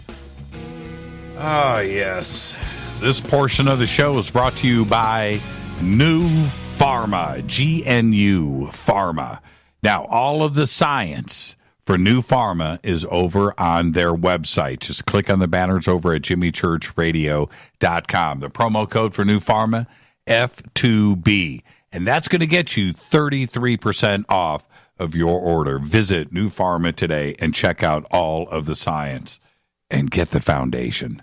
All right, Larry. Now, what we are talking about here, and this is a very important and fascinating subject all at the same time. When we're dealing with Roswell between 1947 and 1980 was a non-subject in the UFO circles. You know what's really fascinating, Larry? Think about all of those UFO conferences, right? The stuff that was George Van Tassel out in the desert, and all of these conferences and NICAP and all of these organizations all across the country, and presenters and books and testimony and eyewitness. No Roswell anywhere, right? I mean, right. Unbelievable. And all we do today is we have, great researchers out there, great researchers that are out there trying to uncover things that nobody has heard about, things that have been covered up, and we're revealing things and going deep into subjects. And that's what was going on. That was going on throughout the 50s and 60s. Probably more so than today, if you think about it. Yeah. But Roswell, you're right. Yeah, because I consider that time period the golden years of ufology. Just a wealth of information. Now everything's electronic and it's harder to get, but there were paper trails back then, and I consider that the golden years of ufology, and the years of when Jim McDonnell came into it in the middle '60s, and J. Allen Hynek was involved in it, and I remember reading about Jacques Vallée standing in an office in Allen Hynek's office, and Jim McDonnell beating on his desk when he found out that Hynek had some information that he'd never gone public with, and just saying, Alan, why didn't you go public with this. And Valet said, I knew why he didn't go public with it, because it would hurt his academic standing.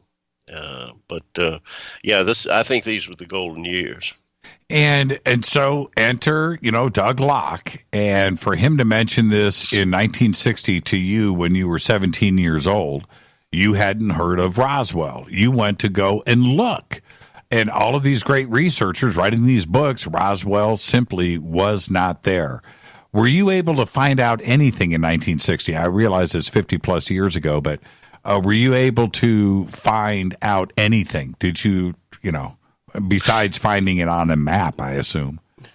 Yeah, I guess I did look for Roswell. I'm sure I did, but it's hard for me to remember. But I wasn't a researcher then. I was reading all the books. I was studying it, but I certainly wasn't a researcher, and I didn't get into doing any solid research until I started writing, and then got into research and going to presidential libraries and what have you, which I love doing. But you're not going to find a smoking gun in the presidential library. No, you're going to find timelines. That's the best thing you can hope for is to find timelines of events that'll pull what you believe, events that you believe will pull them together. But a smoking gun you're not going to find. I've filed a number of Freedom of Information Act requests.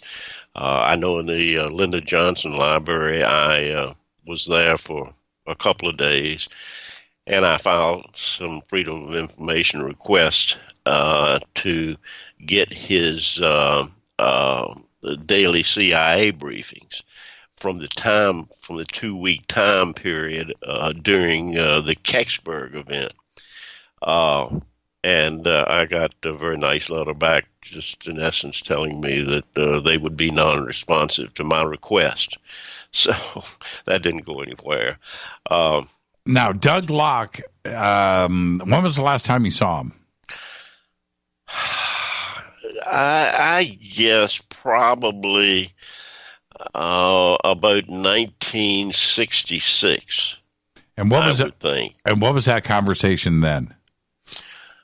Oh, I don't think we discussed the Roswell event. I bought a couple of cars from him, and but he had divorced his wife and married a new lady, and they had sort of moved off, and we lost contact after that.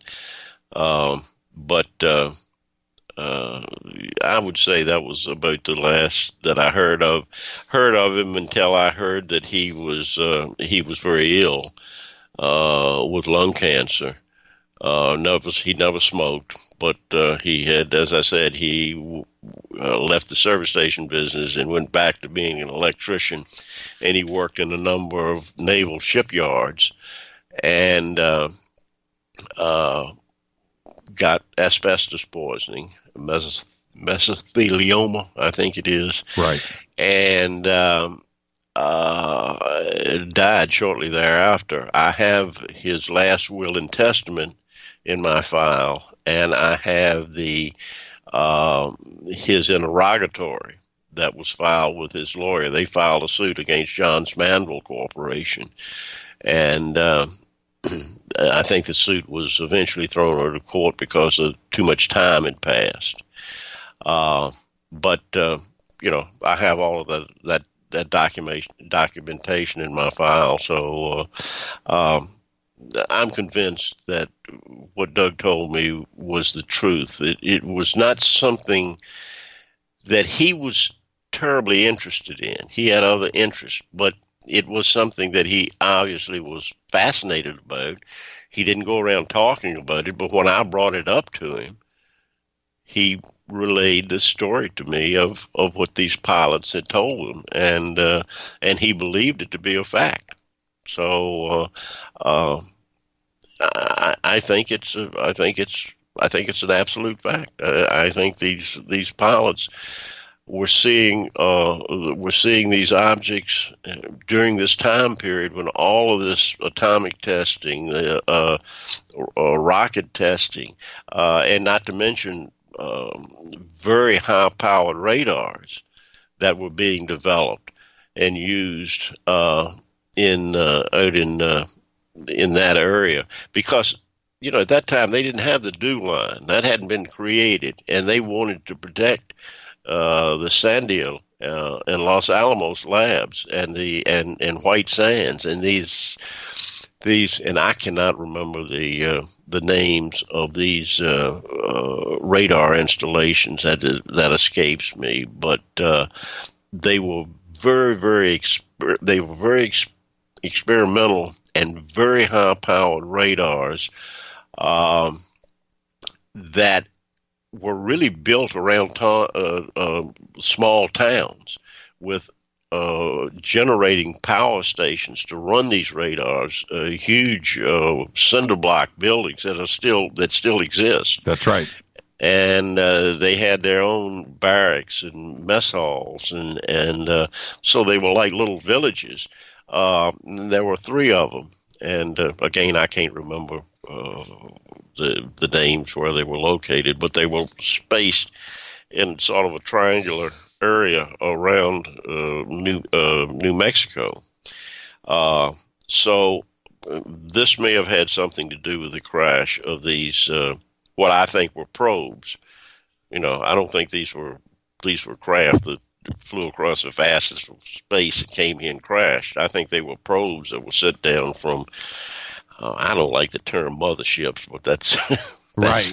That's the best. I think that's the best example you can use. They were probes sent down to, like we send probes to the moon or to Mars or what have you. And I think that's what crashed here. And then probably these radars, which whoever they are, didn't expect, and it fouled up their guidance system. Now, I have done nothing but try to catch somebody mentioning Roswell, and I haven't been able to do it.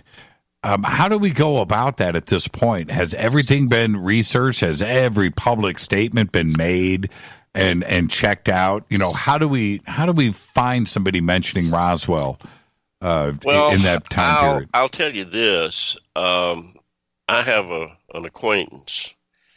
When the book came out, was released in softcover last year, I put an afterword in it, a 4-chapter afterword, to cover some issues that I had not covered in the hardcover version of the book. One of them being that I had missed was the famous RB-47 case from the 1950s. Mm-hmm. And I ended up telling the story of an acquaintance that I had made that had read my work and read some posts that I'd made, and he contacted me using a pseudonym, and we chatted back and forth in emails. And finally I told him, I said, look, if you don't tell me who you are, you know who I am. If you don't tell me who you are, we're not going to correspond anymore. Because I could tell from what he was writing me that he was he had a great deal of knowledge about Roswell and the major players, including Walter Hart and Glenn Dennis, and especially Jesse Marcel Jr., who he told me that he talked to almost weekly, which shocked me. And so he even wrote. He's shy. He doesn't really want to be in the public spotlight, but he did write a chapter for me in his own words that I put into my book in the afterword. And I'm not going to mention his name. Well, I'll tell you his first name is Gary, but I haven't asked him permission to discuss his background in any depth on this show, but and anyway, Gary told me a story that he got interested in the UFO Roswell issue because he was attending a birthday. He was born and raised in Albuquerque. He now lives in California, but he was born and raised in Albuquerque. And he attended a birthday celebration for his mother, 65th, I think it was 65th birthday celebration. And her brother, an uncle that he thought highly of, was there. And this uncle was a longtime employee at Hanford Labs in Washington State. And he said after dinner, we went out, my uncle and I went out and sat on the porch. It was a rainstorm, and we sat out on the porch and chatted. And he asked me, he said, have you ever heard of a crash of and his words were, a spaceship at Roswell, New Mexico, here in Roswell, New Mexico? And Gary said, no, I've never heard of it. He said, well, it did happen. And we know about it at Hanford. And I worked for a time at Sandia. And there was quiet talk about it at Sandia also. And he said it happened. So Gary told me, he said, about 10 years passed. It was fascinating to me, but about 10 years passed, and he's in the entertainment field. He made documentaries. And he was making a documentary on Pearl Harbor and found out that Carl Flock apparently had a great deal of knowledge and background on World War II history, and he was put in touch with Carl Flock, and they ended up flying to Hawaii. And on the trip over, he mentioned to Carl what his uncle had told him 10 years prior to that about a crash of a spaceship near Roswell. And Carl Flock said, I know a lot about that. I'm very interested in it. I've done a lot of research on it. And they ended up becoming pretty close friends. And Carl introduced him to the major players in Roswell, Walter Hart, Glenn Dennis, and Jesse Marcel. And it's a long story. I've talked to Gary. I used to talk to him. I talked to him yesterday, as a matter of fact.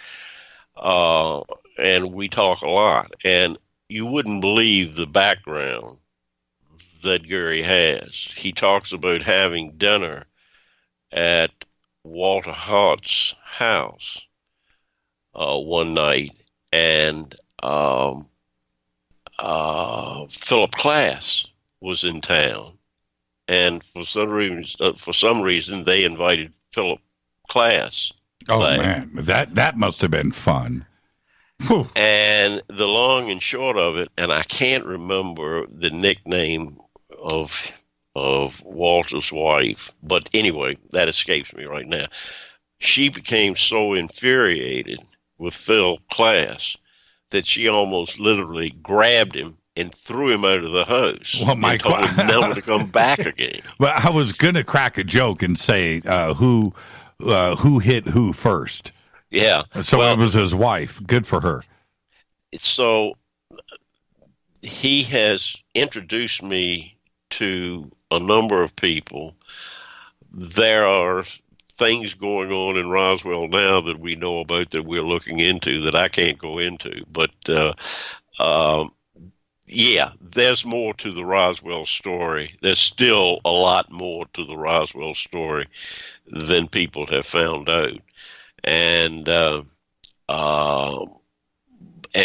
Gary's insight is just extraordinary in talking how close he became with Walter and Glenn and Jess Jr. and how over the year this was a 20-year friendship that developed. he talks about when both Glenn Dennis and Walter Hart in their later years got started into dementia, Alzheimer's, and how hard that was on him to see them fading away, and some other things that I don't feel free to go into that he's told me, but there's no question that he had a very, very close relationship with these men, as well as some other people there, and was there when the museum was started. Well, let me ask you about Carl Flock really quick. Did you you mentioned him really quickly? Did you sat down with Carl? You had conversations with him? No, I didn't. I'll tell you what Gary told me. He said we went to dinner, and I think it was with Glenn Dennis. He was with Glenn, I think it was Glenn Dennis, and I may have this wrong because Gary and I have talked about so many things, and I told him, I said, the timelines, the way we talk, the timelines get all fouled up. But they were in Albuquerque, I think, and they went to dinner, and it was at that dinner that Carl Flock made the announcement to everyone present that he no longer believed that Roswell was a crashed saucer, a crashed extraterrestrial vehicle. Right. But he bought into the Project Mogul. He bought into the Project Mogul story, and Gary said he felt like the rug was pulled out from under him. He couldn't believe it. He couldn't believe that this guy that he'd been so close to and had been so involved in the Roswell story was now doing an about face and buying into the idiocy of My issue. This is. First off, Carl Flock is dead. Okay, so he's not here to defend himself on this show, and I'm not going to slap a dead man around. That's just not cool. But if we are to believe Carl Flock's past and his CV and his resume, CIA as a Deputy Assistant Secretary of Defense and Reagan administration, and everything about his background and the way that he talked about these subjects and did everything he could to discredit people, I think he was a disinfo guy. I've asked Gary that. I said, do you think that with your association and getting so close to him, do you think that it was disinformation that he was using you and it really, he was heading toward disinformation and still working for the CIA? And Gary said, I don't know. It's certainly possible. I know this, that, and you probably know it too, that Carl Flock's wife was the executive secretary to Stephen Schiff. Yep. Representative Stephen Schiff. And Gary actually set up some meetings, the meetings between Stephen Schiff and Glenn Dennis and Walter Hart, and was present at those meetings, and said that Stephen Schiff was very nervous about talking about Roswell in his office with his secretary, which was Flock's wife. Only when they went out to lunch did Schiff open up, and they found out that he firmly believed, as best I can tell from Gary's comments to me, right, that Schiff really believed. He didn't go public and say that he was an absolute believer that Roswell was an extraterrestrial event, but in their private conversations, it was clear that he did. But he wouldn't talk in front of Flock's wife because he knew that Flock was CIA and disinfo. She would run her mouth back to him. Flock would go back to the agency, right, the company, right, and run his mouth on Schiff. Schiff definitely stuck his neck out for ufology. There's no question about his interest there. And And we owe a lot to Stephen Schiff. But that is a pretty interesting observation by Schiff and by Gary, that Schiff wouldn't talk until he was out of her presence. That is the gist of it, as I remember my conversation with Gary. And I say we've had a lot of conversations about a lot of things that went on with his visits to Roswell and his association with those three men and some of the others, whose names escape me right now, that were involved in the development of the International UFO Museum and Research Center, right there in Roswell, right. And it's fascinating. Yeah, it is, and this is why I love doing this show right now. I mean, this is great stuff. The audience is just, everybody just leaned into these speakers a little bit, like, where is Church and Larry going? Really? But, Flock, I've read his stuff over the years, and he just always, what I know now, I'm confident in my assessment of him, but I never trusted that guy. I just didn't like him. I didn't like the way he looked. I didn't like the way he wrote. I just didn't like the way he handled himself. And this was way before everything blew up, Now, like I said, now he's dead, and, I'm not going to talk smack. I'm not. I'm just saying my observations about him today, what we know and what I know. The guy was a disinfo guy. That's it. Well, Gary won't speak harshly of him either. He just said that he felt like the rug was pulled out from under him. That's my words. But he said when Carl came out with that, he said, I was just flabbergasted, because it's such an idiot story.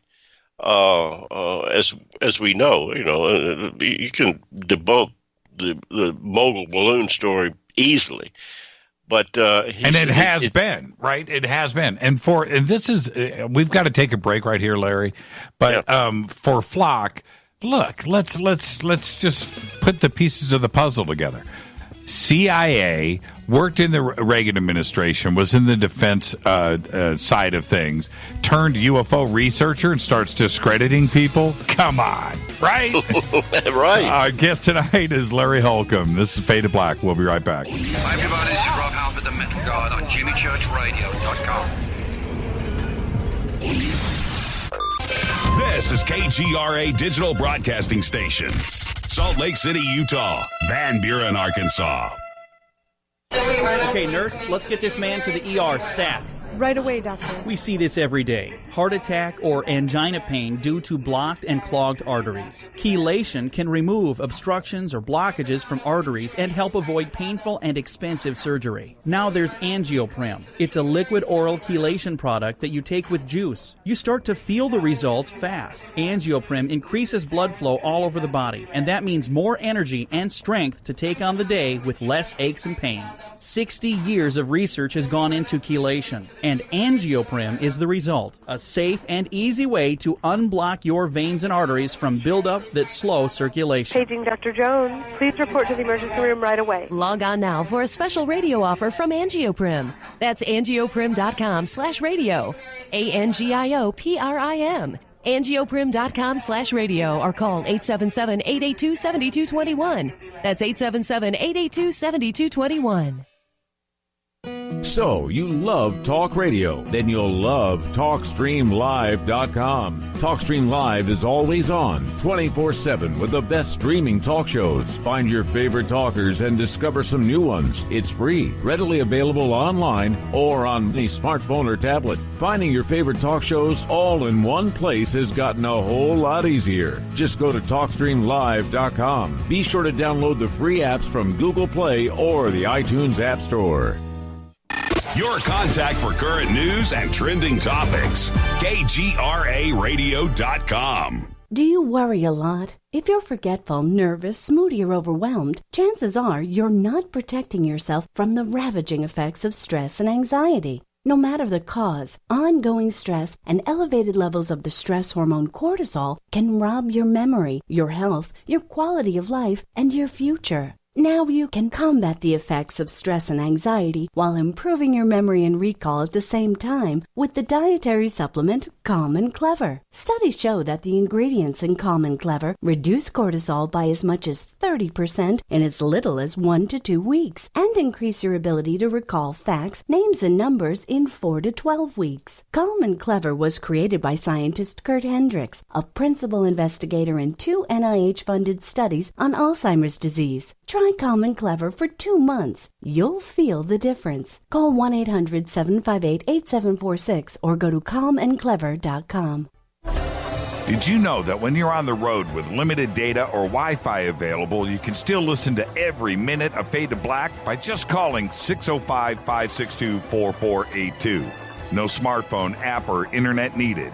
It saves your data plan and no extra cost if you have unlimited minutes. Just call 605-562-4482. You can listen to me, Jimmy Church, on any phone, anytime, anywhere. Go Beckley Tappy.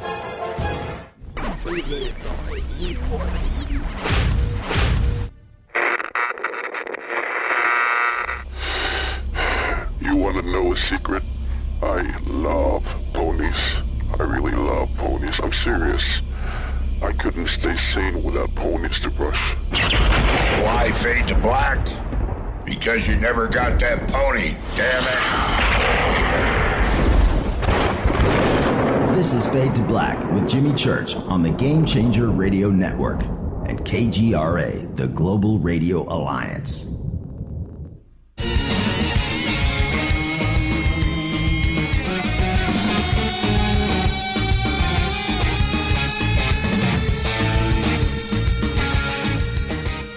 All right. Welcome back. Fade to Black. I'm your host, Jimmy Church. This portion of the show is brought to you by Sacred Skulls. Oh, yeah, Judy Kyle. Just go to sacredskulls.com, and the banners are over at Jimmy Church Radio. You've seen me wear my Sacred Skull. Now go and get yours. And all you have to do is mention Jimmy when you order. It's that simple. Mention Jimmy, 15% off of your next Sacred Skull. Sacredskulls.com. Our guest tonight, Larry Holcombe. And now, Larry, moving on from Carl Flock, all he does is just gets my blood boiling. That whole disinfo campaign, of which is very active today. And I want to discuss the Presidents and UFOs, your book. We are now into a new administration with Donald Trump. Do you think that he has been read in? I'm assuming that he has, but with all of the information that you have compiled, let's kind of start with this administration and work backwards a little bit. Do you think he's concerned? I don't know, but I would think so.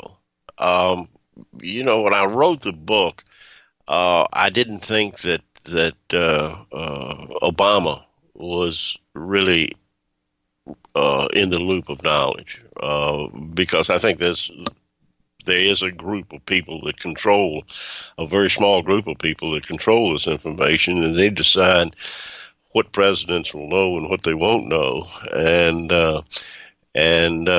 what they need to know is. I'm criticized by that by a lot of people that say that's ridiculous. All presidents, this would be a subject that all presidents would have a need to know. But I don't think so. I think I think there's some that the keepers of the secret, if you will, favor more than others.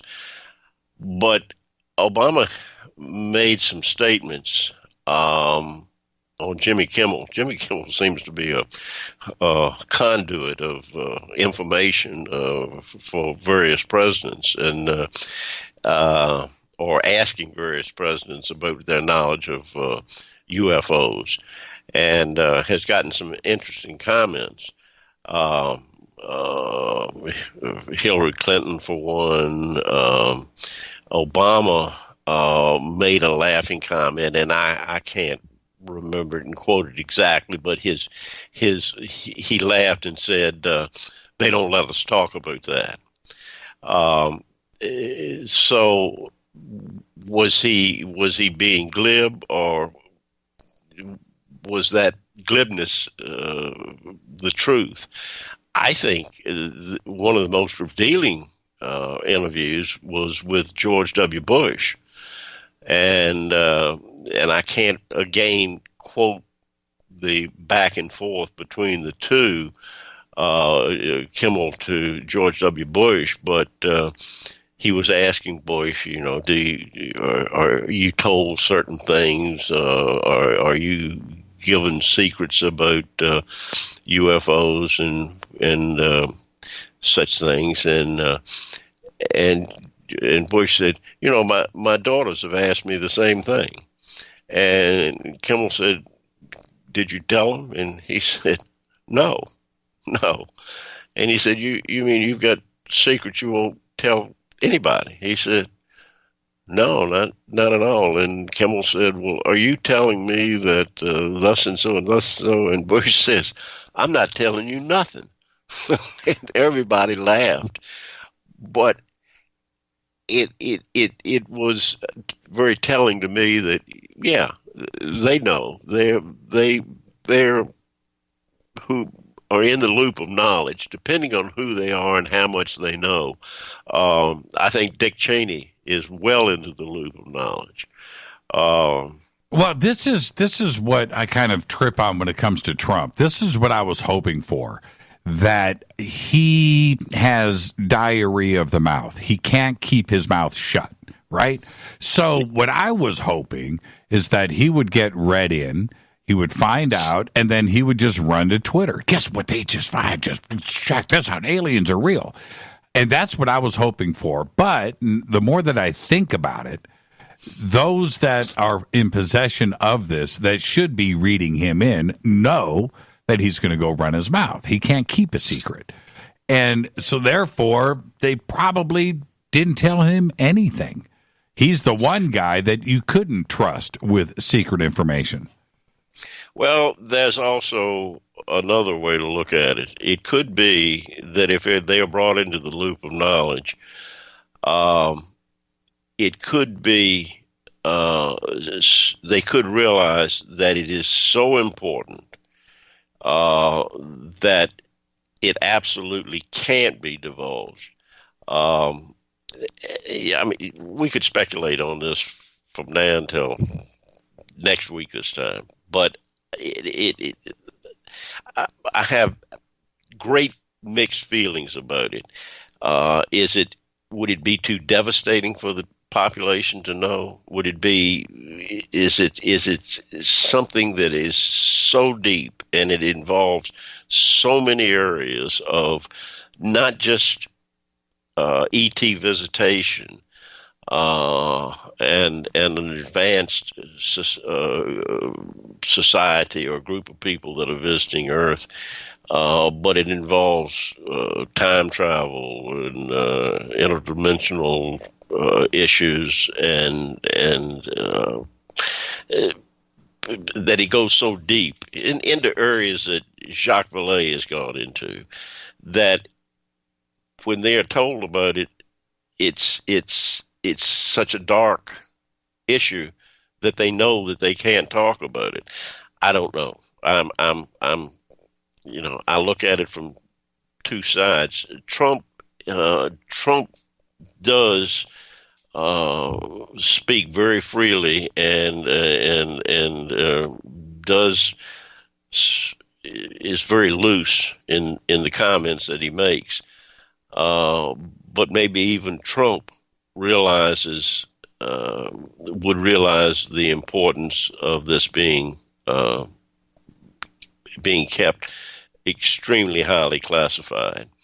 And so what he's told, what he's been told, I don't know, Jimmy. I just it's a mystery. It's a mystery to me that it's something that I keep looking at and keep mulling over. And I'm aggravated at the news media, the way they treat it. Why can't they get involved in it? Why does the media treat it as such a yuck factor? The government has done one hell of a good job at shutting the media up. I'm sorry, I didn't mean to No, you're absolutely. They have done an outstanding job over the last 30 to 40 years of clamping down on this subject, and I would not be at all surprised to find that the major movers and shakers in the print and electronic media have been told this is an issue you stay away from, and just avoid it at all if you want to keep your license or whatever. I don't know. Now, but I think that that's something that I really want to investigate. Well, there's one out of all of the presidential stories, Eisenhower and Truman and Kennedy, and we talk about, Carter and his famous sighting that reported to MUFON, and I think it was MUFON, or maybe it was NICAP. But anyway, and Clinton, and of course Hillary and Podesta and Jimmy Kimmel and all of the. Okay, we could talk about, but there is one fascinating story to me, and that is Jackie Gleason and Nixon and Florida and what went down there. Now, by all accounts, it appears that this escapade, I don't know what else to call it, this drinking thing that they did, actually happened. What can you tell us about that, and did you look into it? Oh, yeah. I wrote about it in the book, and it's a fascinating story. Gleason's ex-wife, Beverly McKittrick Gleason, I believe it was going to write a book, or started writing a book, and this was, I don't know, one of the magazines got a hold of some of the preliminary parts of the book, and this story was in there. And that Nixon slipped away from the Secret Service and came over to Gleason's house, picked him up, and went to Homestead Air Force Base and showed him remains of a saucer and alien beings that were housed there. And Gleason was terribly shaken up by it. Now, we know that Gleason was a tremendous fan of UFOs and flying saucers, had something like 1,600 books that when he died was donated to the University of Miami Library. Built his house like a flying saucer. Well, the house up in New York, I've got pictures of it. Yeah, it's pretty crazy. I've got pictures that somebody snuck on the property and read my book and emailed me pictures that they took of the house and the outbuildings that look like little flying saucers that he calls scout ships. All of them. So yes. So yeah, I've got these pictures, and I wish I had them when the book was published. I would have put them in the book, but there's the story of Nixon. Nixon is the one exception to the disclosure story. And Nixon is really the core, if you remember, of my book my book is built around, because I think Nixon, through the documentary UFOs Past, Present, and Future, was well on the way to making some level of disclosure which would fit, because Nixon, he's looked as a villain now, but he had tremendous popularity. He was reelected by almost a historic majority of the popular vote. He was extremely popular. He had opened relations. He'd gone to China and opened relations with China, detente with the Russians. If he could add it to disclosure to these events, he would have been a historic president. But Watergate came along and the whole thing was shut down. So I think that the Nixon story is one of the most fascinating stories in all of ufology, because of what he conceivably was on the way to do, or to tell, or to release. And well, Bob you know what? Before we get to Emmett Egger, I do want to talk to him, and we're going to get close to running into the end of the show. But the story, this is the fascinating part about this Jackie Gleason Nixon story. Nixon goes over to Gleason's house. They're drinking, right? And they're like hanging out. And we all know that Nixon liked to drink. We know that Gleason liked to drink. And it started to get into the evening. They start talking about UFOs. And Nixon literally says to Jackie, hey, you want to jump in the car? I can show you a flying saucer.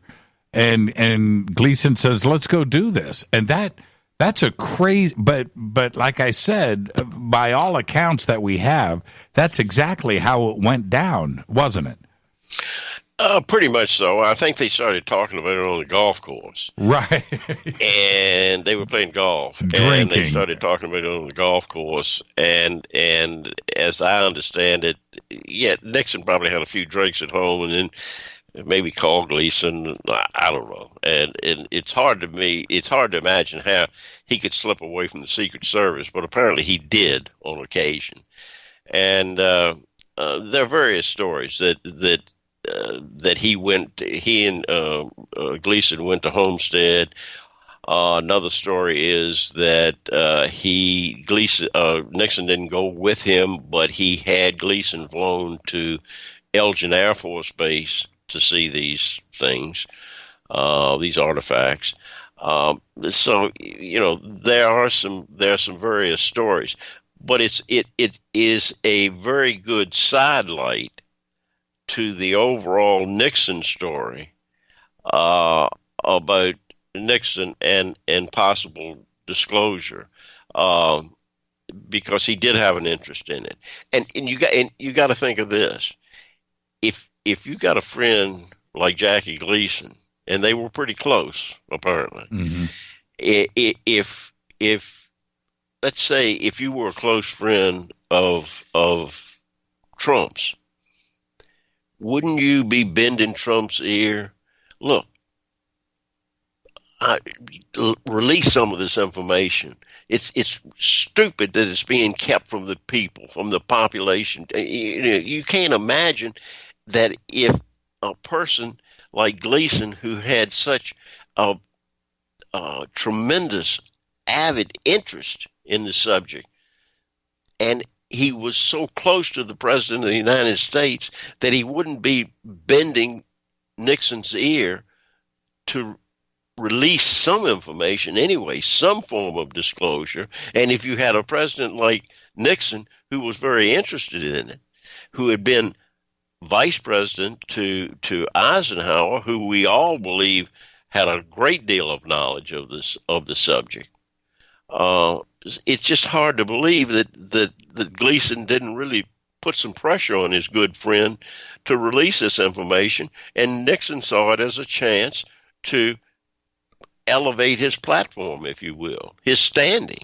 with the other accomplishments that he had made with Red China and detente with the Russians and other things. Well, so and the other fits. Yes, it does fit. And the other part that is very important here is Jackie Gleason, especially back in 1970, 71, 72, when Nixon was president.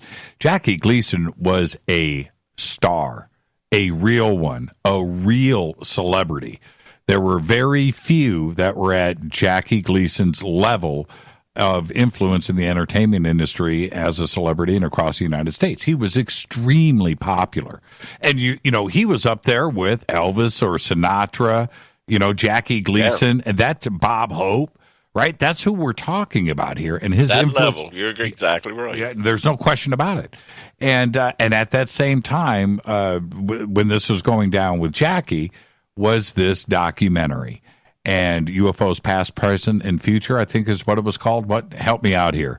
That's right. Okay. The original was UFOs Past, Present, and Future, and it was re-released a couple of years later with some added footage that Bob Emmenegger didn't like, by the way, called It Has Begun, UFOs, It Has Begun.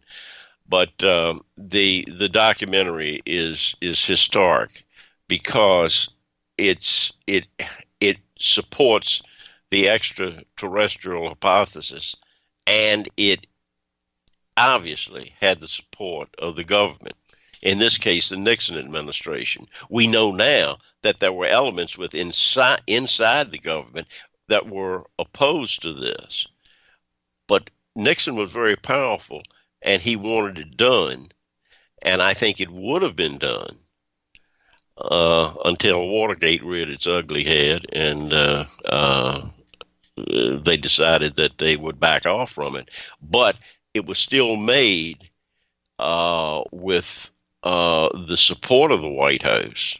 I mean, you don't take camera crews into the Pentagon, right, and photograph the former public relations officer, Colonel William Coleman, walking the halls of the Pentagon and standing underneath a picture of Hoyt Vandenberg and talking about the famous estimate of the situation concerning UFOs or flying saucers. You don't do that unless you've got solid government support. So it is an extraordinary. It is, the word unique is used too often, but this is a unique documentary, I think, of all times. Yeah, I totally agree with that. And the documentary itself, which is I've seen it 50 times, if I've seen it once. The documentary is one thing. The backstory behind the documentary and the spy versus spy, cat and mouse, cloak and dagger things that were going on behind the scenes. One of the greatest. That should have been the documentary. Actually, yeah, well, there's no question about it. You know, I spent a night with Bob Emenegger, who wrote the documentary and co-produced it with Alan Sandler.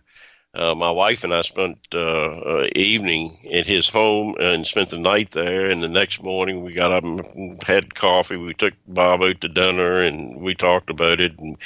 And the background of it is just incredible. I mean, it's incredible. They had Bob Friend in the documentary, who was retired from the Air Force, and he was he was director of Project Blue Book for a while, and tried to do a good job after Ed Ruppelt left. But he was hampered by the Air Force when they wanted to turn it into nothing but a propaganda tool. But Bob Friend was in it. It's just an amazing documentary, and you're right. The backstory is far more important than the documentary itself, which I write about in the book. Is Bob? How old is Bob? Bob is well into his late 80s. I don't know how well off he is. I sent Bob an email about 2 weeks ago, and I have not heard from him. So I'm concerned that he may not be doing well, because he always got back to me, and so I haven't heard from him. I think that there could be some problems there. Yeah, well, I know that he's getting up there, and I've expressed this to you before. I would love to get him on Fade to Black and just to talk. Look, I have a genuine, not only affection for Bob, but the documentary and the story behind it. And it's just, it needs to be documented and spoken about one more time. And yeah, I know, 88, 89 years old, and I realize, but you got to hang out with him and get this information from him firsthand. And like I said, cloak and dagger, spy versus spy, dark rooms, bugs, whispers, sign language, all of that was going down. Well, I'll try to get in touch with him. If I can, I'll let you know. Because his story is, I don't know what kind of shape he's in now, but his story, last time I talked with him, he was sharp as a tack. Right. Really, really was. And but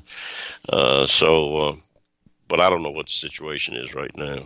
Well, I want to thank you for coming on tonight and having another fascinating conversation. And what are you doing now? When's the next book coming out? What are you doing? Well, my agent has a book that I have a book proposal that I've done on the UFOs and the media is treating how they've handled the UFO issue. Mm-hmm. But between he and St. Martin's Press, they say for the time being, let's just keep working on the Presidents and UFOs, and we'll see how things go. I would like to mention that my website, LarryHolcombe.com, is gotten a bit of a gray beard to it, and I'm reworking it, and I'll have a new website up at LarryHolcombe.com, I hope within 2 weeks. And after that, I'm going to have a blog up so that I can say exactly what I want to, rather than getting on other people's blogs and websites and having people give me the business. So I can say what I want to and give them the business. But are you speaking anywhere? No, I'm not. I don't have anything lined up right now. Primarily because there've been some health issues with my wife, and we've been involved in that. She had breast cancer a few years back, 8 or 9 years ago, and that's popped up again, and that's taken a lot of time. So I'm spending a lot of time with her right now. But well, as you should, my friend, and our thoughts and our hearts are with you and your family, but just do not stop doing what you're doing, and you're a treasure, my friend. Thank you so much. Well, I love it, and you are too. You're the best, and I just always look forward to getting on that couch with you. Thank you so much, Larry, and like I said, be safe and be well. And if you get in touch with Bob, certainly get right back to us. Okay. I'll sure do it and give Rita my best. She's listening right down the hall in her office. Thank you so much, Larry. Behave, man. You too. Bye now. Larry Holcombe, everybody. Now, his website is LarryHolcombe.com. You can go and check it out. The links are over at JimmyChurchRadio.com. And the book, one of the best, The Presidents and UFOs, A Secret History from FDR to Obama. All the information is there. It's from St. Martin's Press. All right, I'm going to take a break. I'm going to get out of here. I'm going to come back and talk about some of the news that you know nothing about and open up the phone lines. This is Fade to Black. Thank you, Larry. Great show. I'll be right back.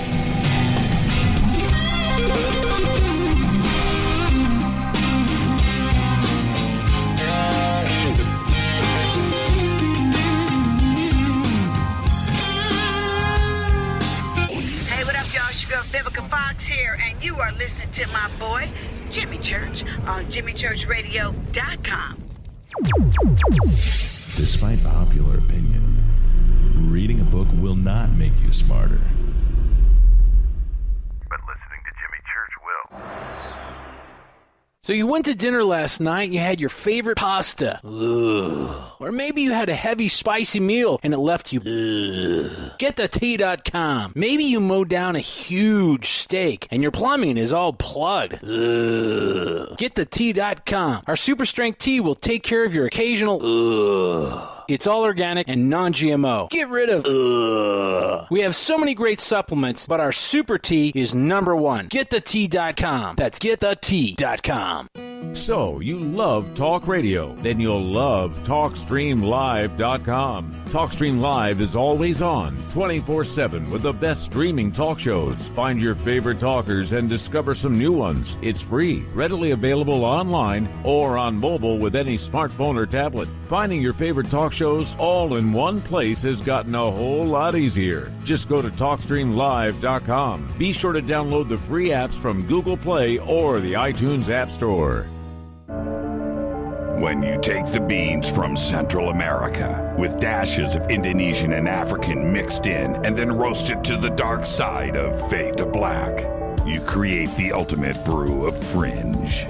Introducing the Fade to Black blend from River Moon Coffee. Yes, River Moon's darkest customized roast was created for the love of Fade to Black. The alchemy of masterful roasting and smoking the beans is in every sip of this full-bodied, dark Java. I need my coffee dark, deep, with distinct bittersweet chocolate highlights, just like the bunker. Leaning further into the darkness of the roast is Fade to Black Blend from River Moon Coffee. Just click on the banner at jimmychurchradio.com and use the promo code F2BBLEND for 15% off of your order today. Go Beckley Teppy. I'm Matt Ray with America's First News. We all know if you're planning a trip, you should shop and compare, right? But why endlessly search the web when you don't have to? Flight Services helps you find the lowest possible airfare. Talk directly to a travel pro right now for the best deals available. Their travel pros have additional discounts not found on websites, and Flight Services provides 24-hour customer service. Call toll-free 844-845-9944. That's 844-845-9944. What's up, Fadernauts?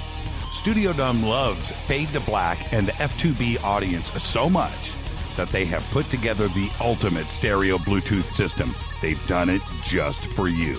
Man, check this out. The Studio Dome SBB2 stereo system is here. It's featuring 2 Studio Boombox 2 SBB2 wireless Bluetooth speakers, packed in its own custom hardshell case. This Studio Dome system features the very latest in stereo Bluetooth technology. The 2 full-range boomboxes are in true wireless stereo. You've got to hear this. It's amazing. It's just $129, and use the promo code JCRTWS, and you'll also get free shipping. It's simple. Just go to jimmychurchradio.com, click on the Studio Dome banner. Go Beckley Teppy. Erica, Brittany, Gabby, and you're listening to JimmyChurchRadio.com. It's not a lifestyle we chose. We were born this way. KGRARadio.com.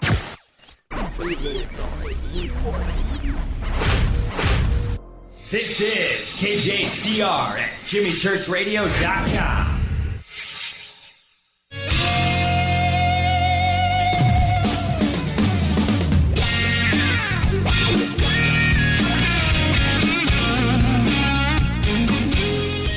All right, welcome back. Fade to Black. I'm going to open up the phone lines, 323-825-5045 or 323-275-9695. What a great conversation with Larry Holcombe. And a couple of things I wanted to, first off, this portion of the show is brought to you by Ancient Life Oil, CBD. Take it every single day here in the bunker, CBD. And it's what everybody is talking about right now. Just go to ancientlifeoils.com, and the banners are over at jimmychurchradio.com. All right? And ordering instructions are right there on the website for Ancient Life Oils. Everybody wants CBDs right now, legal in all 50 states. Okay, so go check it out. All right, phone lines are open, 323-825-5045 or 323-275-9695. And as I'm bringing in the phone calls here, something interesting happened today. There were photographs that were leaked of Stephen Paddock's hotel room at Mandalay Bay, right? And immediately wow, look at these phone lines. Okay, split it up, 323-275-9695, and I'll get everybody in, okay? And so I'm looking at the pictures. Yes, don't post him up on Twitter. Nobody needs to see him. We don't need to go there. But I'm looking at him. And yes, there is a shot of him, his face, dead in a pool of blood. There's another shot of him, half of his body, the gun scattered around the room. Another shot, and there's 4 that were leaked. And I dismissed it. I was like, how, and then today during the press conference live, the Las Vegas PD, I don't know, the police chief, he says, yes, the 4 leaked photographs are real. And we are opening up an investigation to see how those were leaked out today. I was like, holy crap, those were real. Absolutely. So I went back and looked a second time, knowing now that they were the real photographs. And what do you think about that? Pretty interesting, and it was pretty freaky to go back and look at them the second time, knowing that they were actually real. Kind of flipped me out. All right, let's go to the phones. Hi, you're live on Fade to Black. Who's calling? Okay. Hello? Yeah, you're live right now. Okay. Hi, Jimmy. My name's Paul. Hi, Paul. How are you? Pretty good. I just heard that you're talking about the incident that happened in Las Vegas. A little bit, yeah. I mean, it's obviously what everybody is talking about. What's on your mind about that? Yeah. Well, I just heard you talking about it, so I thought I'd just quickly comment on it. It just looks really suspicious to me. I mean, it looks a lot like something that is manufactured, you know? Like, don't you just get that instinct about it? Well, yeah. I mean, I think everybody right now is tripping out on this guy's background. And again, we only know what we're fed into the media, right? But we also have the ability to go and Google anybody's name and images and go and see the fact that his background is so clean, right? And no military background too as well, but yet pretty skilled with the guns, collecting these guns. No traffic tickets, right? I mean nothing, just a clean background. No suicide note, no plans. He wasn't mad at anybody. Nobody has surfaced and said, you know, he's doing this because he's lost his mind because of money or he got fired or anything. There's just nothing there. Very trippy. If you're going to have a patsy, have this guy, right? I mean, that's kind of weird. Yeah. Jimmy, is it okay if I switch gears here for a minute? Sure. Okay. A few weeks ago, I think it was about 2 weeks ago, you described a UFO incident that you'd witnessed a UFO. Uh-huh. And it really shocked me because your description of what you saw was very similar to what I saw here in Vancouver about 2.5 years ago. And what did you see? Well, I saw something in the sky that was. I think that you said that what you saw was silver. Was it silver and gold and kind of shiny? Well, I've seen a few things. I think what you're referring to was the flyover up at ECETI that flashed us. Yeah. Okay. Right. You know what? It was brought to my attention. Somebody posted something on YouTube. Can I tell you what it is and how you can find it? Because what I saw is exactly what someone else videotaped, actually. Well, why don't you email it to me? How's that? Okay. Okay, yeah, that's really simple. But I'm more interested in what you saw. What did you see? Well, it was broad daylight. And are you familiar with the ability to summon these things? Yes, of course. At all? Yes. Okay. I was, I guess you would call it, engaging in telepathic communication. Okay. And I was having some dialogue. And it wasn't my intention, actually, to summon this thing, but I'd realize it after I saw it, and later on when I reflected on what happened, that actually what happened is I actually summoned this thing, and it was broad daylight. It was actually what happened is. I'd gone for a long walk, and I decided to just take a break and sit down. And I was actually laying flat on my back on the grass. I was just taking it easy out in the park type of thing, right? And all of a sudden, I hear this click sound. And all of a sudden, I open my eyes and I look up, and there it is. It's probably about 200 yards straight up in the sky, no more than, I'd say, a couple hundred yards. And it was as if it was kind of morphing.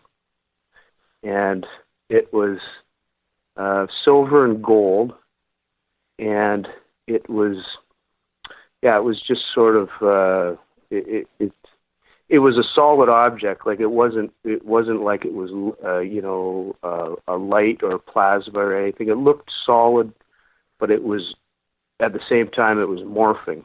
So what I mean is it's kind of changing shape, type of thing. And like I say, it was broad daylight, and that's what I saw. Yeah. Wow. How long did it last? And when you say morph, what did it morph into?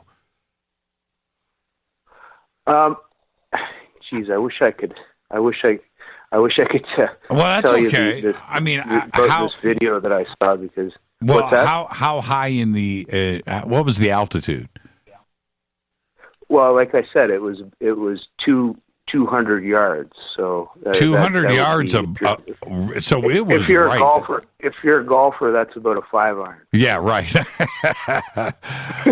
Not for me. That would that's 200 yards for me. That's between a 7 and an 8. Could be yeah. I'm joking. You were supposed to laugh at that point. Yeah. Okay. I do know some guys with an 8-iron that can crank off a 200-yard approach shot. But anyway, back to this. So it's 200 yards. It's on top of you, so you could see detail. So when you say that it was silver and gold, it was because you saw it being silver and gold, and it was metallic. Yeah, that's right. Yeah. Wow. Yeah. Very cool. Yeah. Very cool. I mean, for me, probably the most significant thing about the whole thing is that I think that I did summon it, but I didn't realize, because it's not like with this dialogue that I was having. It's not like, I mean, in the past, I'd look up there and I'd say, "Geez, I wish you guys would just show yourself," type of thing, but it's not like that's what I was doing at that time. But as confirmation, sort of the way that I interpreted it, it showed itself to confirm that it was actually listening to what I was to the conversation that I was having. Yeah, it's cool when it happens like that. What you should do. I mean, have you tried to repeat it? You know what? I thought that you'd probably ask me that question, and no, I haven't actually. Okay, well, you should. That's the next phone call when you call back in, right? Think about that. I just wanted to say thank you for the phone call, and I just like those kinds of experiences because I know that they are real, and when it happens for you, then you know. And the next step, though, because with all of the sightings that we've had and our experiences, and especially with night watching and night vision, is when we went back for the second time, the third time, the fourth time, to have it repeat itself. And that this is actually going on in the skies. That's the exciting part. So there you go. Go do it again. What was your name? My name's Paul. Thank you, Paul, for the phone call. And be safe up there in Vancouver. I love that city. Okay, thanks, Jimmy. Yeah, thank you. Great phone call right there. First-time caller, Paul, up in Vancouver. Let's go back to the phones. Hi, you're live on Fade to Black. Who's calling? Hey, Jimmy, it's Les in Austin. Hey, Les in Austin. How are you? I'm good, buddy. Hey, you know what? I call trying to make sense and discern out of what does not make sense the ultimate conspiracy. And you know as well as I do. In a previous incarnation in my career, I shot commercial video in casinos in Vegas. You can't do that. You can't have a video camera in Vegas in a casino without permission. And when you do, because of professional reasons, security is already there. Not only that, they know that they're the Islamic infidel of sin, and they can afford to pay the best minds to protect them. And not only that, every single professional, the best at their trade, rip-off artists and con artists, tries to hit Vegas. And they are the Fort Knox of protecting their billions of dollars from being ripped off.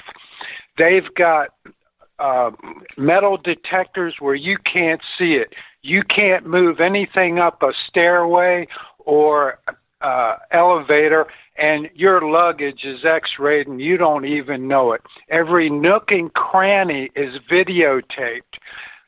There's no way he could have video cameras set up without him seeing it. There's no way he could put an arsenal in his room without them seeing it. I'll tell you what happened. And security knows, the police know, the police chief, what's he going to do about it? Lose his job? Trump knows about it. He owned a casino. The black suits came in there, and they, with no name acronym for who they were, and says, we're here now, we're taking over. They were probably in the control room of security when this whole thing happened. There is some dark stuff going on in this world, and people better wake up on the way the real world works, because the only justice and order that exists for some very high up dark forces on this planet. We need to wake up. Thank you for the phone call, Les. I totally agree with you, man. This is just smelling, stinkier and stinkier as the days and minutes and stuff roll by. Thank you for that, and I appreciate the insight. No worries, brother. It's Fort Knox in Vegas. You can't get away with anything. We know that it is. Thank you so much, Les. All right, buddy. Thank you. And see, I brought this up yesterday, and I really do mean this. You can't, when it comes to Las Vegas, you really can't do everything is just watched, right? And so with that room on the 32nd floor, forget about all the other evidence. Just remember this. How is it that the second that those shots didn't get fired, that got fired, that the room across the hall, the room next door, somebody isn't calling down to the front desk, some security isn't notified, there are video cameras in the hallway. The guy put video cameras in the hallway so he could see, and nobody saw him do it. Nobody questioned, nobody knew anything. Looking at the amount of weapons that were in that room and the way that he had it all set up, and we've now seen the photographs. They were published today, leaked today. Housekeeping, right? How do you hide that many weapons? Okay, now are they going to say that housekeeping didn't go in? I had heard that, that they did go in, and they didn't see anything wrong with his room. How is that? How do you hide that many weapons? Last count, it's 23. One handgun, 23 high-powered assault rifles, right? In his room, tripods and telescope. It's just crazy. The entire thing, it just isn't adding up. Then you combine his background. Also, I'll tell you something else. He wired, now his girlfriend, his roommate, or whatever, I had said the other day that she was with him for a long time. Now they're saying that she was with him for a year. We don't know anything, but a year. So, short-term relationship here. He sent $100,000 to the Philippines a couple of days before the incident. Now, that's a bit suspicious. What is it that she knows? I have heard that she's detained. I've heard that she's not detained. She's key to this. What did she know? And why, if she did know something, why didn't she notify anybody? It's pretty crazy. Let's go back to the phones. Hi, you're live on Fade to Black. Who's calling? Damien from Hamilton. Hey, Damien from Hamilton. How are you? I'm doing all right. I'm pacing back and forth in my backyard with no shoes on. And the reason is all this stuff that's going on, Jimmy, not just here in our country, but around the world. Like I said before, it's, there's powers out there that's trying to steer us in the wrong direction. And one thing that I would ask for all of us, and especially in these times, is if we could just sit back, just close our eyes, think about the most positive thing. It can be anything, a memory, family member, most positive, a happy day. Close our eyes and redirect this positive energy back to those dark forces that are doing this to us, Jimmy. That's all you can do. And as simple and elemental as that sounds, that's all you can do. That's it. Yeah, and it's just there's no words to describe the stuff that goes on and how people are affected, but we have to continue to think positive. I know it's hard especially for some people that had people involved in certain situations, but we have to, Jimmy, because it's the greater picture, and they're feeding us stuff from left to right, up and down, and trying to, it's like I said before, Jimmy, they're just trying to steer us in this path that we're not going to fall into that, and we're just, like I said, let's try to battle this one day at a time, Jimmy. We're all stick together. That's it. That's it, Damien, and thank you for that, and you're reminding us again how to stay centered and keep your feet on the ground and stay focused, and I thank you for that. Exactly.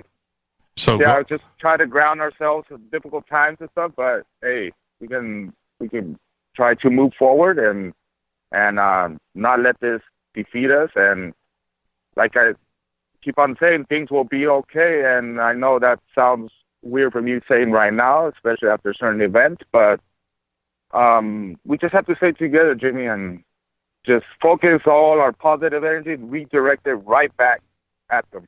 Right back, Jimmy. Thank you so much, Damien. Go cool your feet in the tall grass. That's what I'm doing right now. That's what I'm talking about. Thank you, Damien. Behave. We'll see you tomorrow night. You got it. Yeah, great phone call. Thank you. The ability for when the news broke on this, Rita, immediately we watched a little bit of the live coverage. Okay. And she immediately, it was Rita, not me. It was Rita that turned to me and said, "That's it. Okay, turn it off. We're done." And cannot get sucked into it. It's tragic what was going down. And at the time when we turned it off, if you remember, there was only, the reports were 8 people killed and 20 injured. We didn't find out until the morning the real numbers. But that being said, had to do just that. Let this thing play out, but not, do our best not to let it affect us. And the reason why I spoke about San Ysidro today, the McDonald's shooting from 1984, that is still the 6th largest event like that in U.S. history.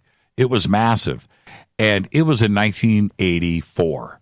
Shootings like this, mass shootings like this, are not, so it feels new. It does, with Aurora and Sandy Hook and Orlando, San Bernardino, and these are all events that happened just recently, right? Think of the nightclub shooting in Paris, right? Charlie Hebdo. All of these seem recent. All of those are recent. But if you go back to the McDonald's shooting in San Ysidro and how that went down, seemingly up to that point, the shooter was kind of just a guy. Okay? Kind of just a guy. Just like this Paddock character, this perp. Right? Apparently just a guy that liked to gamble and was apparently successful and owned a few houses and maybe a lot of property and was off of the radar. And this isn't anything new. So if we take this at face value, right now this is feeling a little bit strange. There feels like, and it's easy to, and this is what I'm saying, it's easy now to go down the conspiracy road because this guy, there's nothing there, right? It's not like he's ex-military. He was trained for this. He was pissed off. He was angry. He was making public statements. He was saying things to his family, and they knew that, this was possible, and he was threatening. No, none of this comes into play here. So now the conspiracy side of things, trying to unravel this and figure out a motive and what drove this guy to do this, if there was a motive or if there was other forces in play, right? This $100,000 that he shipped off, I don't know what's behind that. $100,000. That's a lot of money. I don't care who you are. $100,000 is a lot of money. So is there another motivation behind that? Think about that. I don't know. Was he paid to do this? I don't know. Did he take the money and then send it to his? Was he paid? I don't know. I don't have the answers, and I'm just speculating on all of this. The information is raining down on us so fast right now on a guy that we don't know anything about. It gets more and more interesting as this starts to play out. So I want to go back to these leaked photographs today. Leaked, right? Now, okay, how do we look at this? The police chief is saying that they were leaked. Well, that says to me that they were not leaked. That's the first. I just have to look at it that way. So why did they do it? Who did it? Right? A professional photographer was in that room and then turned around, photographed the body, his face, right? All of it. And then turns around as a professional and leaks the photograph. The police chief knows who took the photographs, right? Or, and this is who had access to that room. Some of them were feds. Some of them were LAPD. ATF is involved. The FBI is involved. They have to be. Think about this. And so they know everybody that had access, and they know who leaked. So were they leaked, or was this done intentionally? I have no idea why this is playing out like it is. And all of us, and we're very smart. We're very smart. We have the ability right now to stop, slow down, and analyze this situation. Let's not go off on any rails here. We have the ability to collect our information and try to figure this out for ourselves. Right? And that's what we're going to do. That's why you guys are Fadernauts. That's why we have the best audience in the world right here on Fade to Black. I want to thank Larry Holcombe for coming in tonight. Absolutely fascinating conversation. He is one of the best. The Presidents and UFOs. The secrets between FDR and Obama. Go and check out the book. His links are over at jimmychurchradio.com. Fade to Black's executive producer is Rita Kamarian. Show is produced by Hilton J. Paul, Mark T. Kovar, LJ3, Renee, Jonas. Thank you, Dennis. Thank you, Bob. Announcers are Steve Harder, Gene Vito, Mark D. Kovar. Faded by Dale. Webmaster is Drew, the Geek. Music, Doug Aldrich. Intro, Spaceboy. SpaceboyMusic.com. Fade to Black is produced by KJCR for the Game Changer Network, and syndication is KGRA, The Planet. This broadcast is owned and copyrighted 2017 by Fade to Black and the Game Changer Network. They cannot be rebroadcast, downloaded, copied, or used anywhere in the known universe without written permission from Fade to Black or the Game Changer Network. I'm your host, Jimmy Church. Tomorrow night, right here, James Gilliland live from ECETI Ranch. Follow me on Twitter at JChurchRadio. Until tomorrow night, everybody be safe. Go Beckley Tepe.